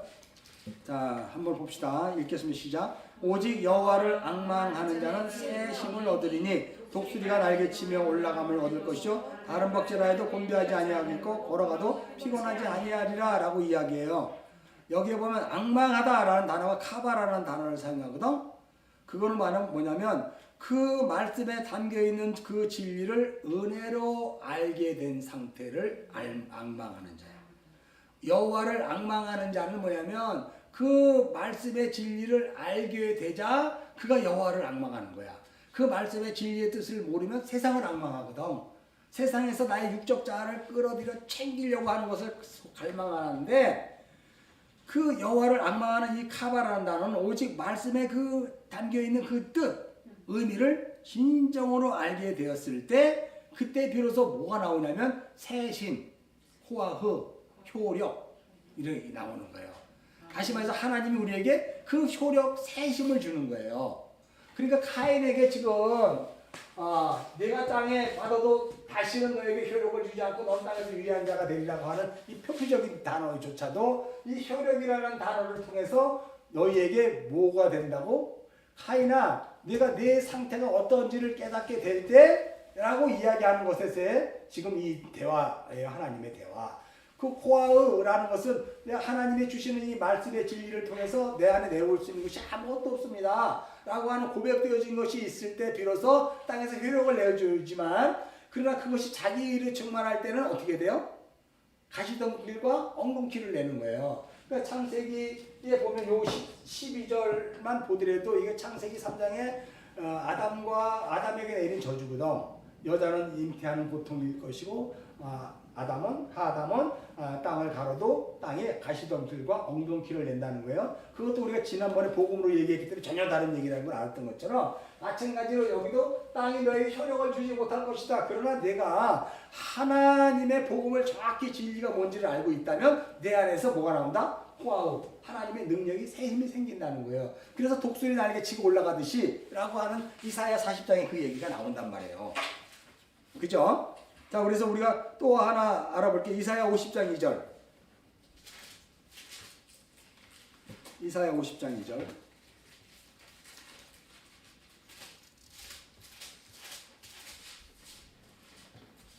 자, 우리 읽겠습니다. 시작. 내가 봤어도 사람이 없으면 내가 불러도 대답하는 자가 없으면 어찌 되느냐? 내 손이 어찌 짧아 구속하지 못하겠느냐? 내가 어찌 건질 능력이 없겠느냐? 보라, 내가 꾸짖어 바다를 마르게 하며 강들을 사막이 되게 하며 물이 없어졌으므로 그 물고기들의 앞치를 내며 가라에 죽으리라 라고 이야기할 때 여기 내가 어찌 건질 능력이 없느냐라고 할 때 이게 코아우야. 그것을 깨닫게 되면 여기가 답이 뭐예요? 내가 어찌 손이 짧아서 구속하지 못하겠느냐라고 해. 네가 내 말 진리의 뜻을 정확히 알고 있다면 내가 너를 구원 안 하겠니? 이런 뜻이거든요. 내가 어찌 건질 능력, 내가 어찌 너에게 새 힘을 주지 않겠느냐 라고 하는 호화라는 단어를 건질 능력에 사용하고 있단 말이에요. 무슨 소리인지 알죠? 우리가 63절 1장도 한번 볼까요? 이사야서 63장 1절. 여기서 읽으면 에돔에서 오는 이 누구며 붉은 옷을 입고 보스라에서 오는 이 누구냐? 그의 화려한 의복 큰 능력을 거는 이가 누구냐? 그는 나이니 공의로 말하니요 구원하는 능력을 가지니라. 여기에 이게 구원하는 능력 호화의야. 그러니까 그 화려한 의복 큰 능력으로 걷는 이가 누구야? 예수 그리스도 나잖아. 나라고 얘기하는 거잖아요.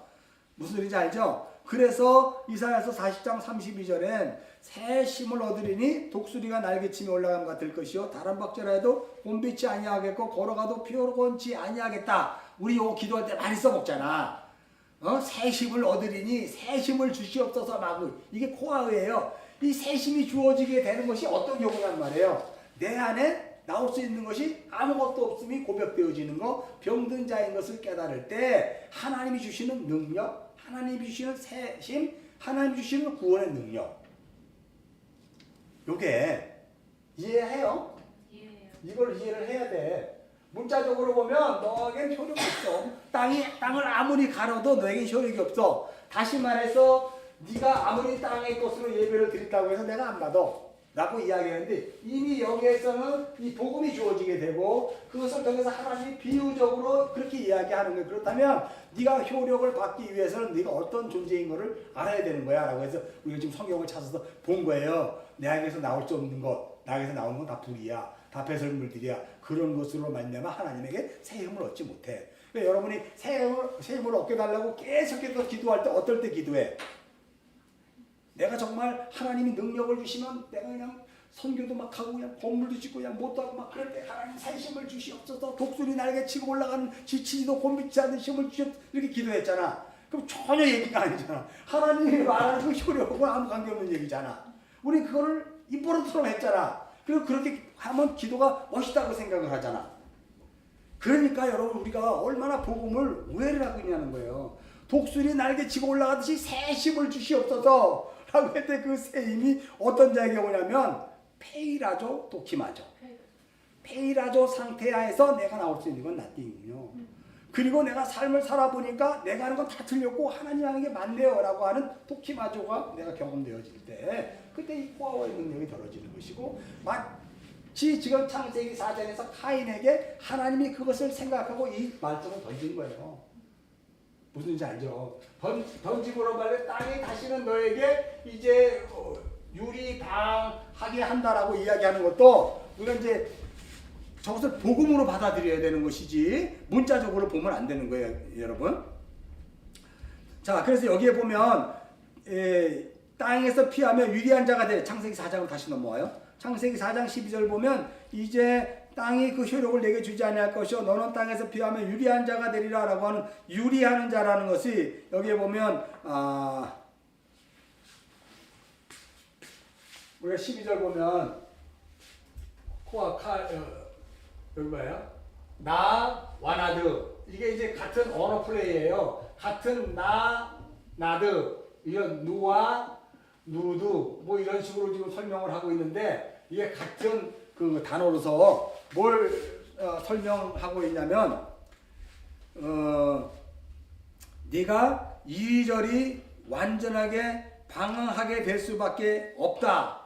다시 말해서 네가 땅에서 효력을 내지 못하는 그 상태인 것을 네가 알게 될 때는 그것을 알지 못하고 그것을 원하게 될 때는 네가 그렇게 될 것이야. 그러나 그것을 알게 될 때는 네가 유리하지 않고 목적을 향해 가게 되겠지. 네가 하나님의 인도함 받는 그 삶의 자리로 가겠지.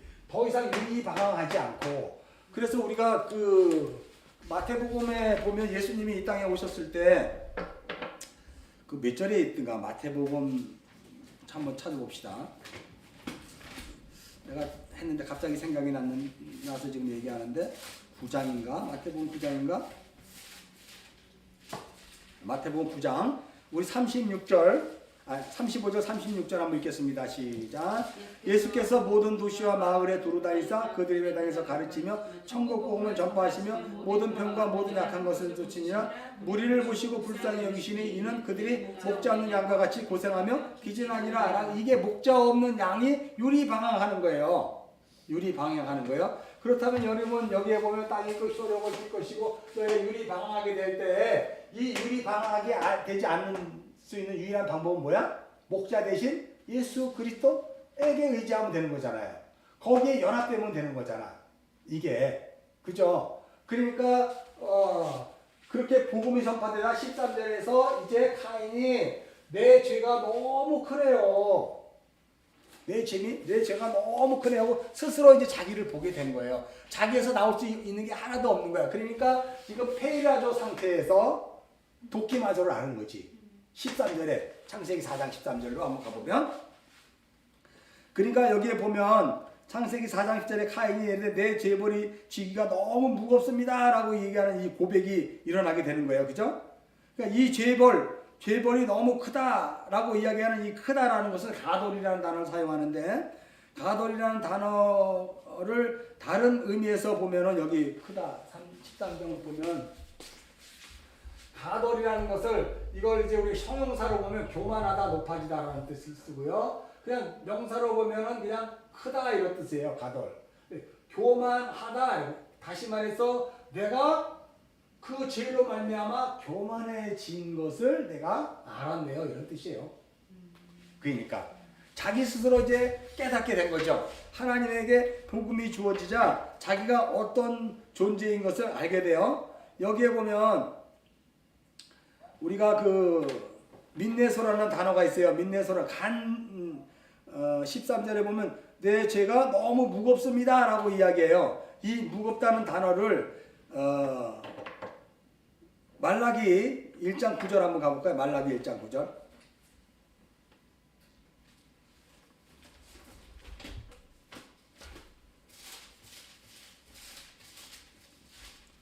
말라기 1장 9절.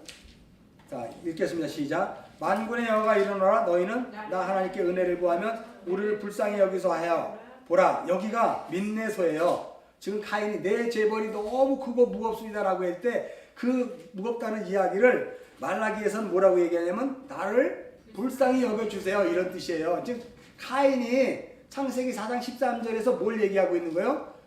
나를 불쌍히 여겨주세요 이렇게 얘기하는 거잖아 지금. 무슨 소리인지 알죠? 창세기 자 우리 민수기 12장 11절도 한번 가볼까? 민수기 12장 11절. 민수기 12장 11절.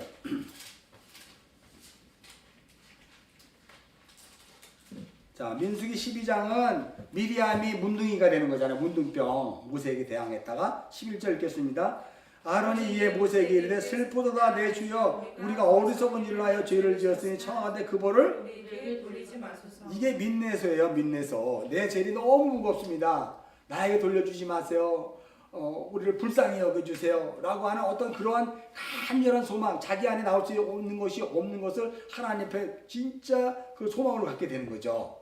그런 상태가 지금 창세기 4장 13절에 가인의 상태고 가인의 고백이라는 거예요. 여러분 이게 복음으로 보지 않으면 가인이 여호와께 이르되 내 죄벌이 지기가 너무 무겁습니다. 그래서 어떡하라고 가 되는 거고 왜?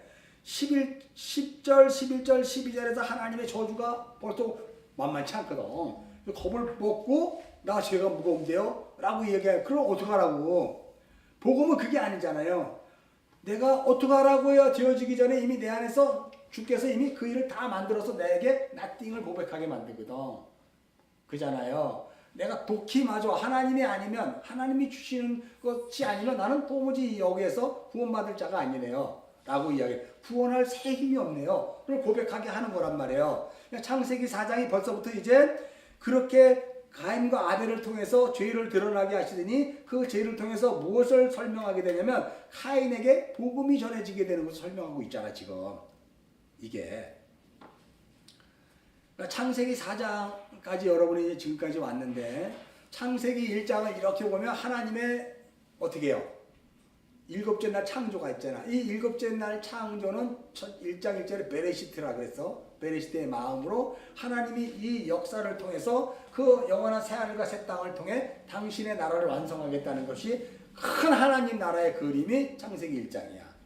그리고 창세기 2장은 그 큰 하나님 나라의 그림을 이제 어떻게 섭리하겠다는 법으로 주어지게 돼요. 그 다음에 창세기 3장은 아담, 뱀, 여자를 통해서 어떻게 해서 이제 이 하나님 나라가 구체적으로 주어지게 되는지 그리스도와 교회를 통해서 살짝 보이게 되는 거예요. 그러니까 하나님 나라가 작정, 섭리와 그리고 상당의 교회와 그리스도, 그 다음에 가인. 그러니까 이걸 주민 크로즈 급벽이라고 그랬잖아요. 이번에. 그죠? 무슨지 알죠? 이렇게 큰 첫째 큰 그림으로 가면 마지막에 가면 스포트라이트가 여기 딱 비춰져. 이게 핵심이야. 핵심. 근데 창세기 1장, 2장, 3장, 4장인데 4장 중에서 요 15, 여기 우리 15절이죠. 15절이 핵심이야. 그러니까 모든 성경은 창세기 15장에 지금 창세기 1장서부터 4장은 이 15절에 포커스가 맞춰진 거예요. 주민 클로즈업 된 거예요. 이게 그럼 창세기 4장 15절에 주님이 그걸 좀 되기 위해서 지금 계속해서 4장에서 카인의 상태를 통해서 아벨이 등장하고 거기에 카인이 어떤 상태에서 복음이 주어지고 그러므로 말하면 카인이 회개하게 됨으로 말미암아 이제 그러한 것들이 자꾸 주어지게 되잖아요. 그래서 15절로 딱 다 이제 그러니까 점점 계속 좁혀지는 거야. 그 하나로 좁혀지는 거야. 하나로.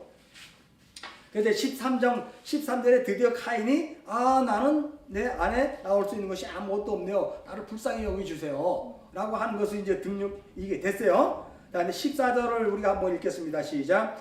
주께서 오늘 이 지면에서 나를 쫓아내시은즉 내가 주인에서 뵙지 못하노니 내가 땅에서 피하며 유리한 자가 될지라 물은 나를 만나는 자마다 나를 죽이겠나이다 라고 이야기해요.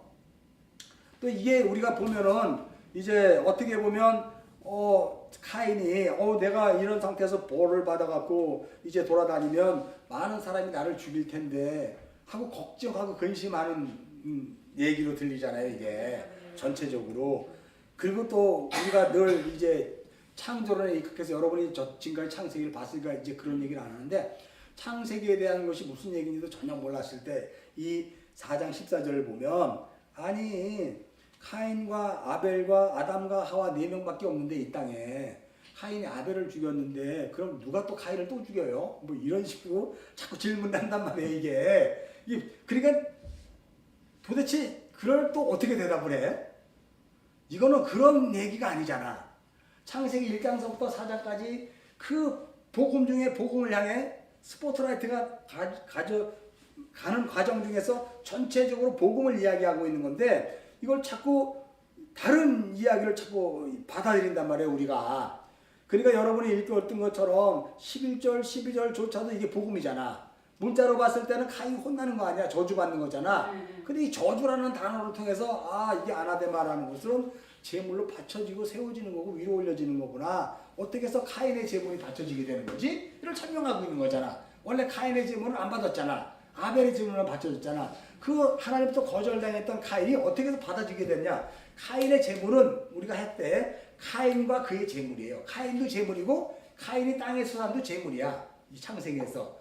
그러니까 이제 어떻게 해서 카인이 제물로 바쳐지는가 라고 하는 그 저주, 아벨의 죽음을 통해서 이루어지는 저주, 이걸 통해서 이제 설명이 되자 13절에서 카인이 자신의 그 상태를 이제 고백하게 되잖아요.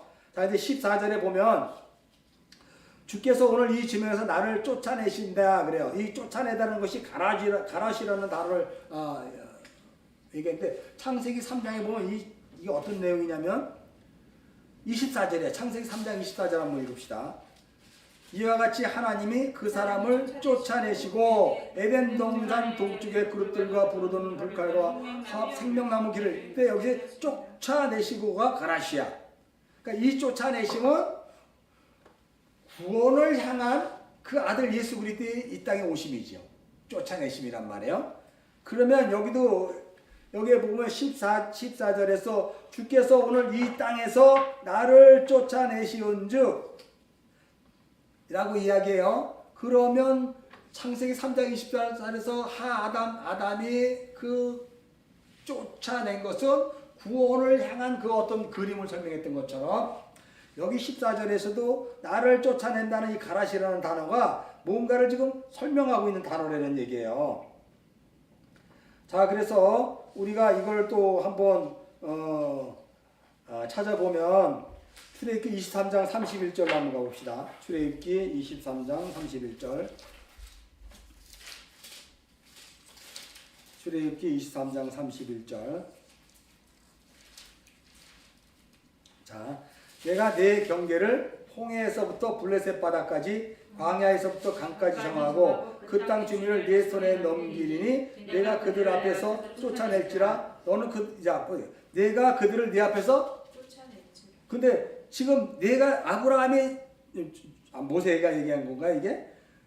그 다음에 여기 또 한번 보면 28절 그 앞에 23장 28절 읽겠습니다. 시작. 내가 왕벌을 내 앞에 보내니 그 벌이 휘 족속과 가난 족속과 이 족속을 내 앞에 쫓아내리라고 얘기해요. 이 쫓아내는 거예요. 지금 가라시라는 단어를 사용한 건데 이 쫓아내면 어떤 거예요? 내 안에 있는 그 육적 자아들 더러운 것들이 쫓아내는 거잖아. 그죠? 이게 28절에 왕벌이라는 그 성령을 의미하는 거예요. 성령이 그 일을 감당하게 될 것이고, 이제 31절에서는 그 땅의 주민을 네 손에 하나님 넘겨주는 거야. 이제 하나님이 십자가로 말미암아 우리에게 그 구원의 세심을 넘겨주는 거야. 그러자 우리가 그걸 어떻게 해요? 쫓아내게 되는 거죠. 이제 그런 능력이 우리 안에 있는 거예요. 그러니까 여러분 여기 창세기 4장 14절로 다시 와서 가라시라는 이 쫓아내다라는 이 뜻은 바로 뭐냐면, 내가 이제 비로소 나를 불쌍히 여겨주세요라고 하는 그 가인의 이야기를 통해서 주께서 오늘 이 집에서 나를 쫓아내시온즉이라고 이야기하면, 이 출애굽기에서 읽었던 것처럼 그 어떤 것들을 쫓아내게 되는 어떤 그것을 설명하고 있는 거잖아요 지금. 그게 그래서 내가 주의 낯을 배웁지 못하리니 내가 땅에서 피하며 유리한 자가 될지라 우리 나를 만나는 자마다 나를 죽이겠나이다 라고 이야기해요. 여기 보면 14절 보면 14절에 가장 중요한 단어가 첫 번째 신내라는 단어가 빠졌어. 14절 보면 여러분 여기 14절을 읽으면 내가 너무 무거웁니다 라고 주께서 오늘 이 집에 나를 쫓아내는데, 이 주께서 앞에 신내라는 게 있어요. 신내. 신내는 보라 라는 뜻이거든. 보라라는 것은 뭐냐면 하나님의 일하심을 보라, 또한 나의 상태를 봐라 이런 뜻이에요. 나의 상태가 어떤 상태인데 지금 죄의 상태에서 이제 자신이 아무것도 할 수 없는 그런 나땡의 상태인 것을 아는 것을 자기 스스로 보는 거고, 그리고 그것을 통해서 하나님이 어떻게 일하시는 것을 보라 이런 뜻이잖아 지금. 그래서 신내가 들어가 있어요 원어에는. 근데 개역개정에는 신내가 없단 말이야. 그건 다 빼버렸어. 왜 빼버렸을까? 그냥 우리가 여태까지 창세기 읽었던 것처럼 창조론으로 계속해서 이야기식으로 막 이걸 선악과 따먹고 뭐 죄가 들어오고 뭐 이래서 이런 걸로 가다 보니까 거기에 단어를 맞춰주고 글을 맞춰주다 보니까 필요한 걸 다 빼버린 거예요. 이게 안타까운 거죠. 자, 쫓아냈단 말이에요. 용, 하영 그날에 메알 펜에 하아다마 우미 파켄의 에샤테르라고 이야기해요. 여기 에샤테르라는 단어는 숨기다 감추다의 니피형이야. 이건 제기동사거든요. 제기동사는 숨기고 감추는 일에 하나님께서 강조하고 강조하는 거예요. 이것을 뭘 얘기하냐면 그 땅의 그 얼굴에서, 그러니까 땅의 얼굴에서 주의 우미파케라는 주의 임재를 의미하는 거예요. 내가 땅적인 존재에서 이제 주의 임재 안에 내 자신이 뭐하게 됐다? 숨겨지게 됐다. 다시 말해서 내가 하나님 안에 연합하게 되었다. 이런 뜻이에요 이게. 그러니까 그것이 뭐냐면 주께서 오늘 이 지면에서 나를 쫓아내시는데 내가 주의 낯을 배우지 못하리라. 내가 주의 낯을 배우지 못하는 것은 바로 뭐냐면 내 자신이 주의 안에 들어가 있는 거죠. 내가 주의 임재 안에 들어가 있는 걸 얘기하는 거예요 여기에. 내가 주의 임재 안에. 그래서 여기 또 하야 동사를 또 사용하는데 하야나 와나드라고 이야기하고, 여기 또 바예레치 그 땅에서 왜 하야와 하야를 상행해서 홀 마차 아르겐이라고 이야기해서 내가 주의 임재 안에 들어가고, 그리고 외아치나 이리저리 다녔는데 그 땅에서 만나는 자가 나를 죽일 겁니다 라고 이야기하는 거예요. 근데 다시 말해서 여기에 보면 홀 모차이라는 것은 내가 반드시 만나야 할 그 자가 나를 죽일 겁니다 이런 뜻이에요. 이게 바로 뭐냐면 주의 임재 안에 우리가 임재 안에 들어가게 되잖아. 그러면 주의 임재 안에 들어가게 되면 나는 더 이상 나로 살지 않잖아. 그렇잖아요? 그러니까 나로 살지 않고 나는 항상 주님의 그 임재 속에서 주님의 행하심과 그의 일하심으로 살게 되거든요. 그럴 때마다 내가 만나는 그 모든 자들이 나를 죽이는 거예요. 내가 세상에 있을 때는 그들과 내가 친구였었지만 주의 임재 안에 있을 때는 내가 그들과 함께 적대관계 도살할 양 같은 삶의 자리로 가기 때문에 내가 그들에게 죽임을 당하는 거예요. 그걸 하라 그래 하라고. 그러니까 다나토스의 죽음, 십자가의 죽음으로 내가 죽게 되는 거. 어디에서? 이 삶에서. 먼저는 그리스도 안에 내가 연합하자 내가 죽는 거예요. 그것이 바로 내가 아까 두어살날 양같이 죽음을 당했다라고 이야기한 것처럼 이제 여기에 보면 그 땅에 왜 하야 콜 만나야 마차 내가 만나야 할 그 자를 만나게 돼서 내가 죽어야지만이 진짜 내가 그리스도의 임재 안에 있는 겁니다. 이런 뜻이에요. 그러니까 그리스도 안에 임재 안에 있는 것은 바로 뭐냐면 내가 아까 조금 좀 앞에 나갔는데 그리스도 안에 임재에 있게 되려면 어떻게 되냐면 내가 반드시 만나야 될 자가 있어. 마차. 그리고 그로부터 내가 죽임을 당해야 돼. 이게 우선 순서야. 내가 주의 임재 안에 들어가려면 내 육적 자아가 누구로부터 죽어야 돼? 예수님의 십자가로 말미암아 맞아 죽어야지 내가. 그러니까 주의 임재 안에 들어가기 위해서 나는 그 예수의 십자가를 만나야 되는 거예요. 그 십자가가 나를 죽이는 거니까. 그것을 다나토스의 죽음이라고 그래요. 이거를 우리가 시간 관계상 우리가 창세기 6장으로 한번 가봅시다. 창세기 6장 우리 5절서부터 8절을 이리 요걸 좀 설명해 주고 있는 거예요. 14절을 한번 읽겠습니다. 시작. 여호와께서 사람의 죄악이 세상에 가득함과 그 마음에 생각하는 모든 계획이 항상 악한 뿐임을 보시고 땅에 사람 지으셨음을 한탄하사 마음을 근심하시고 이르시되 내가 창조한 사람을 내가 지면에 쓸어버리되 사람으로부터 가축 기는 것과 공중의 새까지 그리하리니 이는 내가 그것들을 지었음을 한탄함이라 하시니라. 그러나 노아는 여호와께 은혜를 입었다. 여기 때 은혜를 입었다는 것은 그러나 노아는 여호와께 은혜를 입었다는 것은 노아만이 여호와를 만났다 이런 뜻이에요. 이 말은 다시 말해서 노아가 여호와를 만나 어떻게 됐어? 구원받는 건 아니고 그 자신이 죽은 거예요. 그래서 11에서 11장에 우리가 지난번에 봤잖아. 노아는 방주를 만들었어. 뭘로 방주를 만들었어? 믿음으로 만들었잖아. 그 노아에게 믿음이 주어지게 된 거야. 그러니까 여기에서 그러나 노아는 여호와께 은혜를 입었다는 것은 노아가 무슨 일을 해서 은혜를 입었을까? 노아가 그 땅에 유리하는 자로 여기 보면 5절, 6절, 7절이 땅에 유리하는 자고 땅에 효력을 내지 못하는 그 상태야. 그래서 하나님이 죄악이 세상에 가득함을 보고 악함을 보시고 한탄했다 그러잖아. 이게 우리가 문자적으로 봤을 때 창세기 4장 12절의 이야기란 말이에요.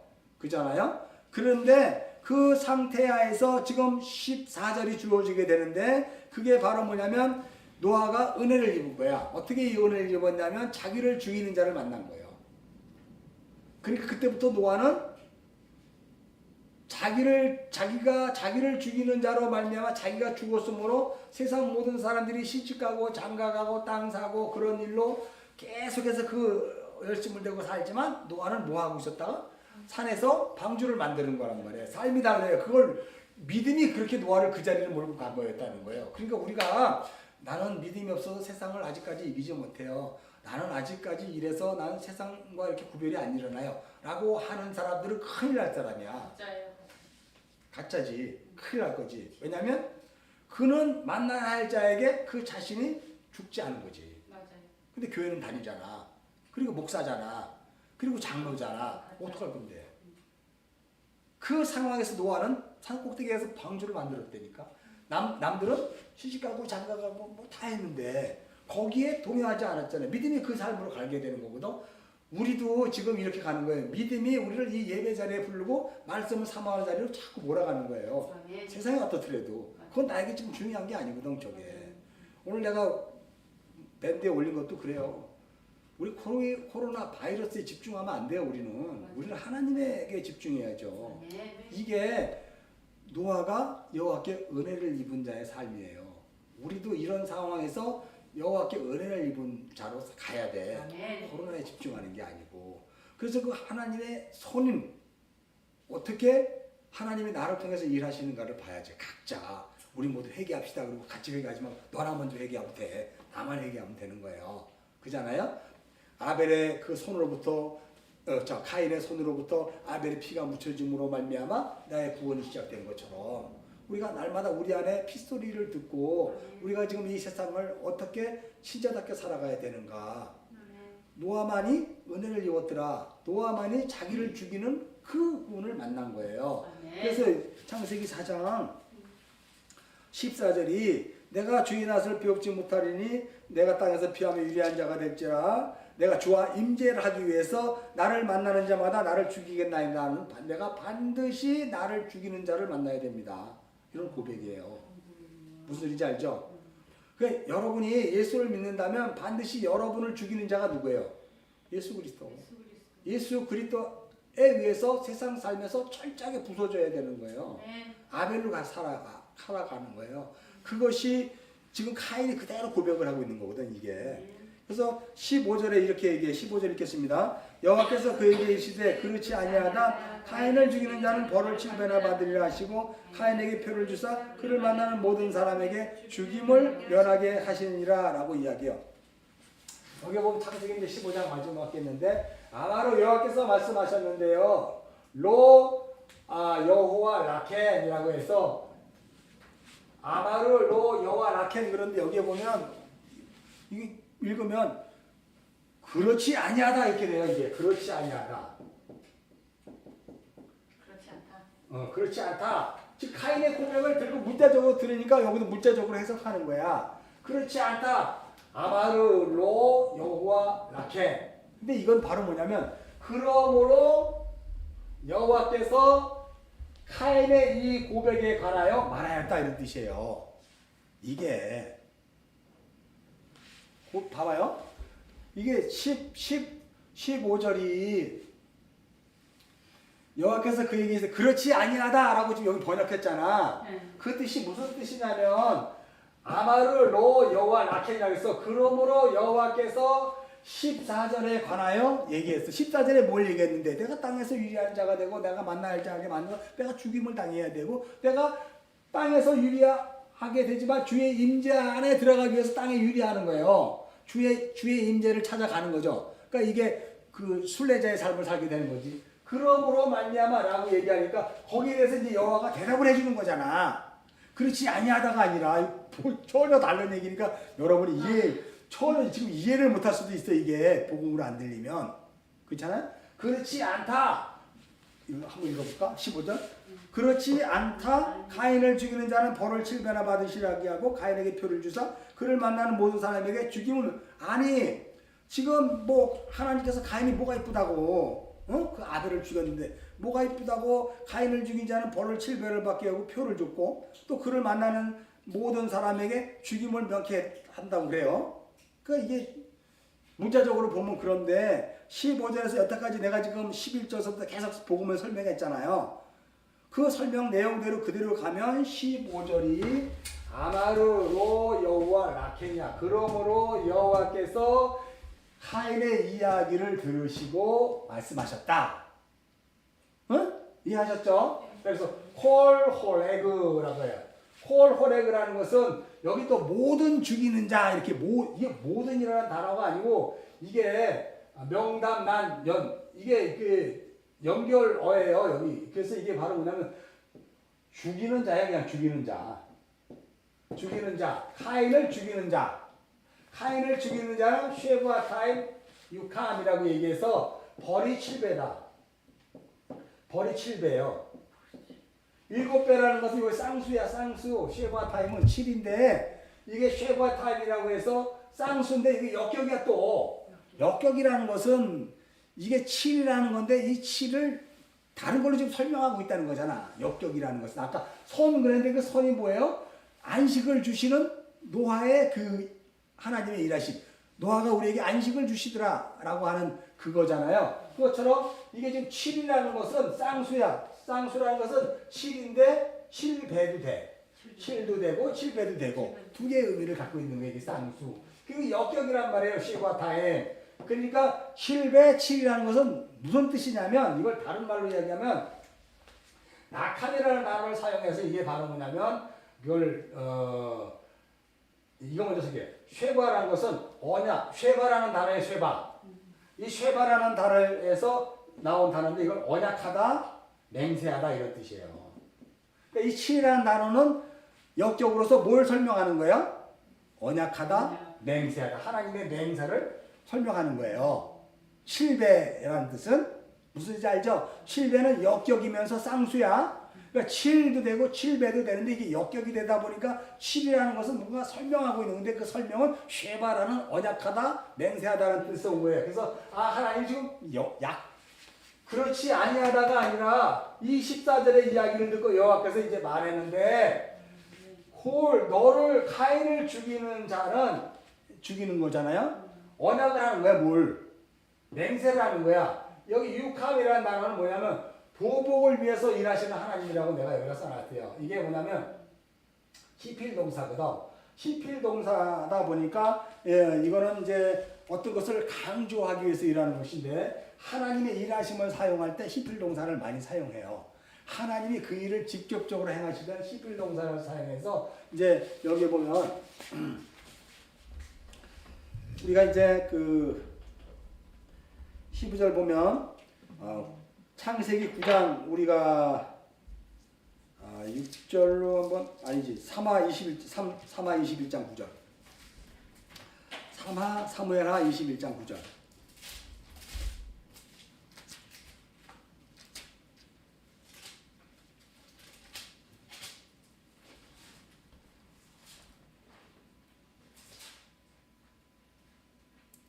자, 우리 읽겠습니다. 시작.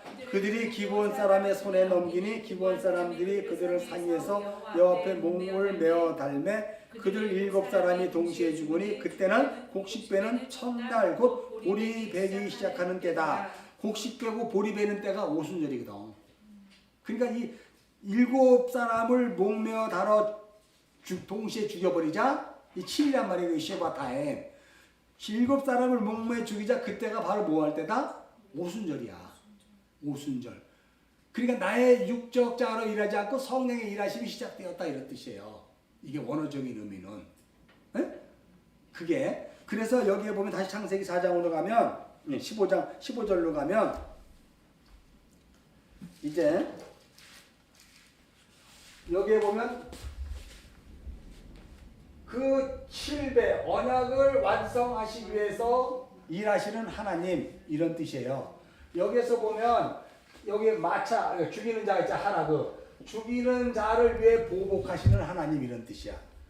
카인을 죽이는 자를 위해 보복하시는 하나님. 이거 굉장히 중요해요. 카인을 죽이는 자를 보복하시는 하나님. 지금 카인이 누구에 의해서 죽어요? 예수 그리스도에 의해서 죽잖아. 카인이 십자가에 맞아 죽잖아. 근데 그 하나님을 위해서 보복하신대 하나님이. 그래서 그를 죽인대. 예수를 죽인대. 이게 십자가의 죽음이야. 이거 이해해요? 이해해? 진짜로? 예. 너무 쉽게 내가 설명했나? 예수가 나를 죽이러 오잖아.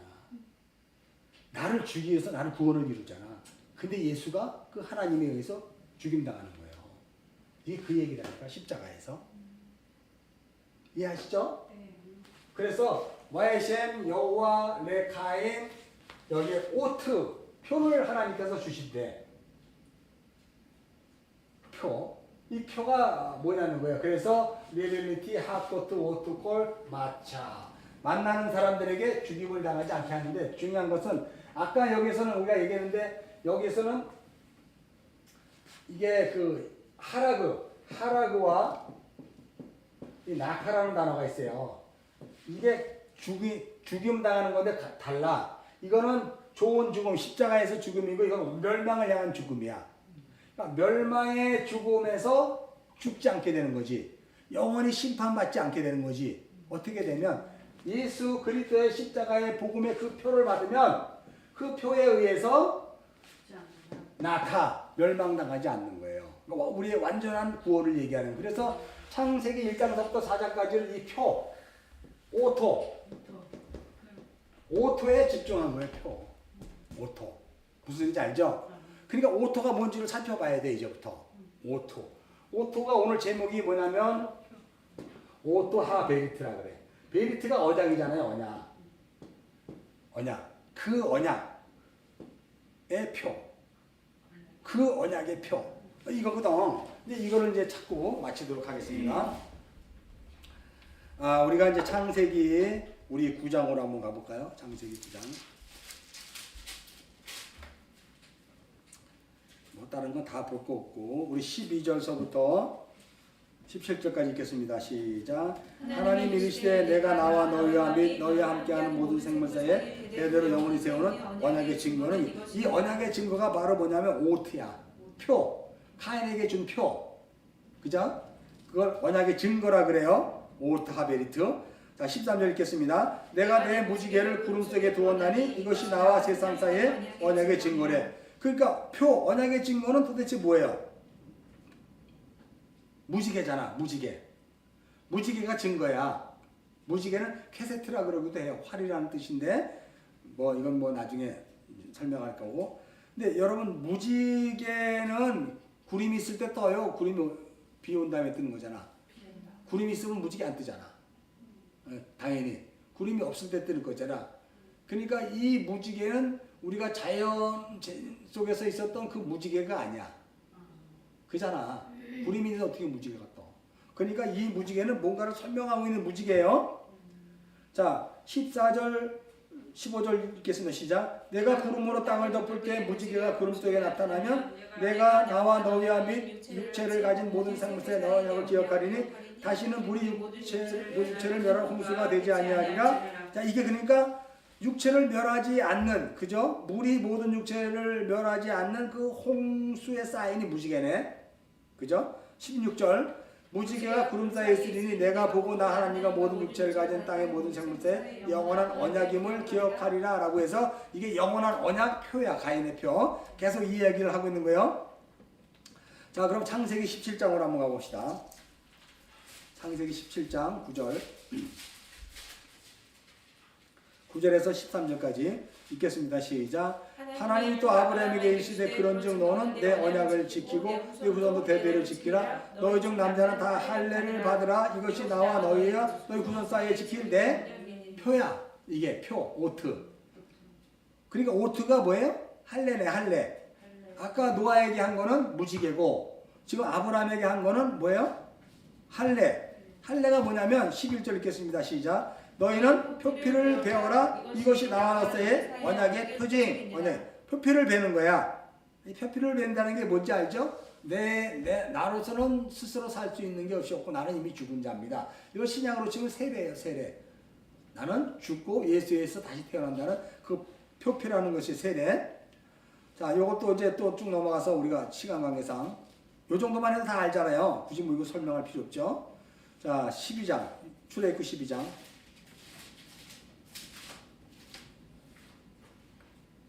출애굽 12장 13절 우리 또 읽겠습니다. 시작. 내가 애굽 땅을 칠 때 그 피가 너희가 사는 집에서 13절. 출애굽 12장 13절. 땅을 칠 때 그 피가 너희가 사는 집에서 너희를 위하여 표적이 될지라. 내가 피를 볼 때 너희를 넘어가라니 재앙이 너희에게 내려 멸하지 아니하리라 할 때 여기에 표적. 여기 표적이 뭐예요? 피가 표적이잖아. 예수의 피가 표적이잖아. 근데 이제 이것을 출애굽에 대해서 이스라엘 백성들이 오해를 해. 전혀 알지를 못하는 거예요. 이 피에 대해서, 이 표에 대해서 우리도 그 표 오트에 대해서 전혀 몰라. 그래서 이스라엘 백성들, 구약의 백성들에게 그 표에 대해서 하나님이 이사야를 통해서 얘기를 해줘요. 이사야서 7장 14절.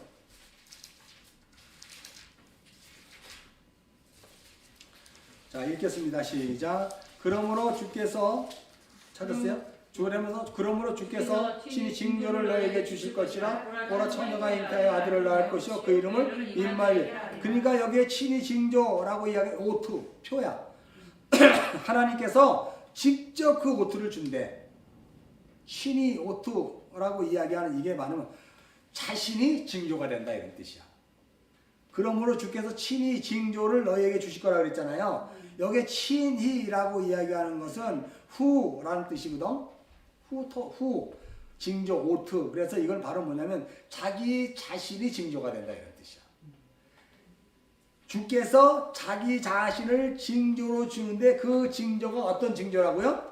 처녀가 잉태하여 아들을 낳으리니 그 이름은 임마누엘이다. 그러니까 임마누엘의 뜻이라는 것은 바로 뭐냐면 임마누엘은 이 아맘과 아일이라는 단어가 이렇게 연결한 단어예요.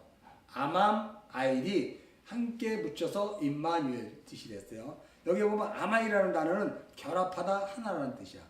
그리고 아일이라는 단어는 기둥, 나무 이런 뜻이야. 그러니까 기둥과 하나 되다, 나무와 연합하다 이런 뜻이에요. 뭐가? 임마누엘이. 다시 말해서 그 기둥을 스타워로스라 그래. 진리의 기둥, 십자가. 그러니까 예수가 십자가와 하나 되다. 예수가 십자가에 묶여 죽임당하다. 그게 임마누엘이야. 임마누엘의 본 뜻이에요. 그래서 마태복음 1장 21절 한번 봅시다.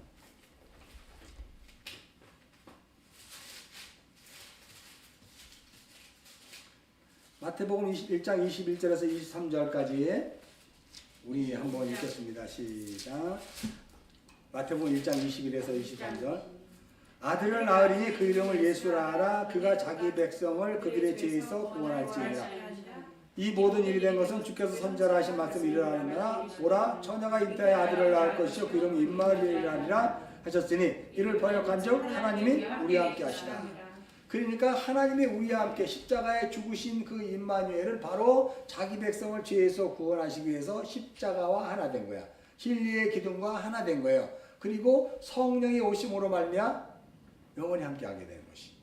그게 오트표야. 누구에게 준 표? 나에게 준 표. 가인이 나니까. 그죠?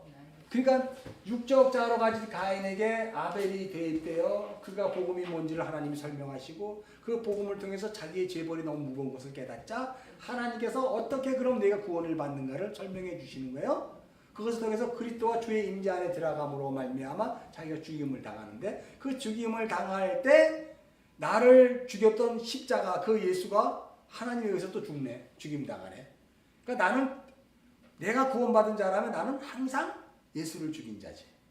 예수의 죽임으로 말미암아 내가 구원받은 자니까. 그것이 우리에게 영원한 표징이 되는 게 임마누엘이에요. 그래서 창세기 1장서부터 4장까지 뭘 이야기하냐면 임마누엘을 얘기하는 거예요. 아시죠? 자, 그래서 임마누엘을 우리가 창세기 1장 1절이 뭐예요? 베레시트잖아. 예수 안에서 이것이 창세기 4장 15절에서 뭘로 똑같이 연결되냐면 임마누엘이야. 베레시트가 임마누엘이에요. 예수 안에서 자기 백성을 죄에서 구원하기 위해 십자가에 죽으시고 성령으로 말미암아 항상 함께 하시는 분. 그게 베레시트의 시작을 이렇게 시작했고 창세기 4장에서 요걸로 딱 이렇게 맞춰주시는 거예요. 지금 하나님이. 그래서 이게 10절서부터 14절까지가 복음으로 들려지는 거예요. 표피로 보면 가인이 두려워 떨고 가인이 벌받고 유리하는 자가 되는 건데 결국은 전체적인 창세기 1장서부터 4장까지 문맥을 이 임마누엘로 맞추다 보니까 결국은 1장 1절에 베레시트와 하나가 되는 것이고 그 안에 있는 모든 내용들이 여기를 집중하게 되는 것이고 여기를 집중하게 되는 거예요. 그래서 이게 바로 예수 그리스도라는 거야. 그러니까 우리가 예수 그리스도를 얘기하잖아요. 예수 그리스도를 얘기하면 자꾸 예수를 얘기하는 게 아니고 예수가 품고 있는 그 의미를 알아야지. 무슨 소리인지 알죠? 예수가 품고 있는 그 의미는 뭐예요? 우리를 하나님 아들 만드는 거예요. 어떻게 해서? 죄에서 구원하여. 가인의 상태에서 구원하여 우리를 하나님의 신아들 만드는 거예요. 그걸 예수라는 단어 안에 다 들어있는 거예요. 그게 베레시트고 그게 임마누엘 안에 들어있는 거예요. 기둥과 하나로 묶이다. 예수가. 이해하셨죠? 요게 창세기 4장 이제 15절로서 모든 것이 끝나고 이제 또 새롭게 이 창세기가 또다시 시작을 해. 기도하겠습니다. 하나님 아버지 은혜를 감사합니다. 날마다 주님의 은혜가 아니면 우리가 아무것도 할 수 없습니다. 문자를 볼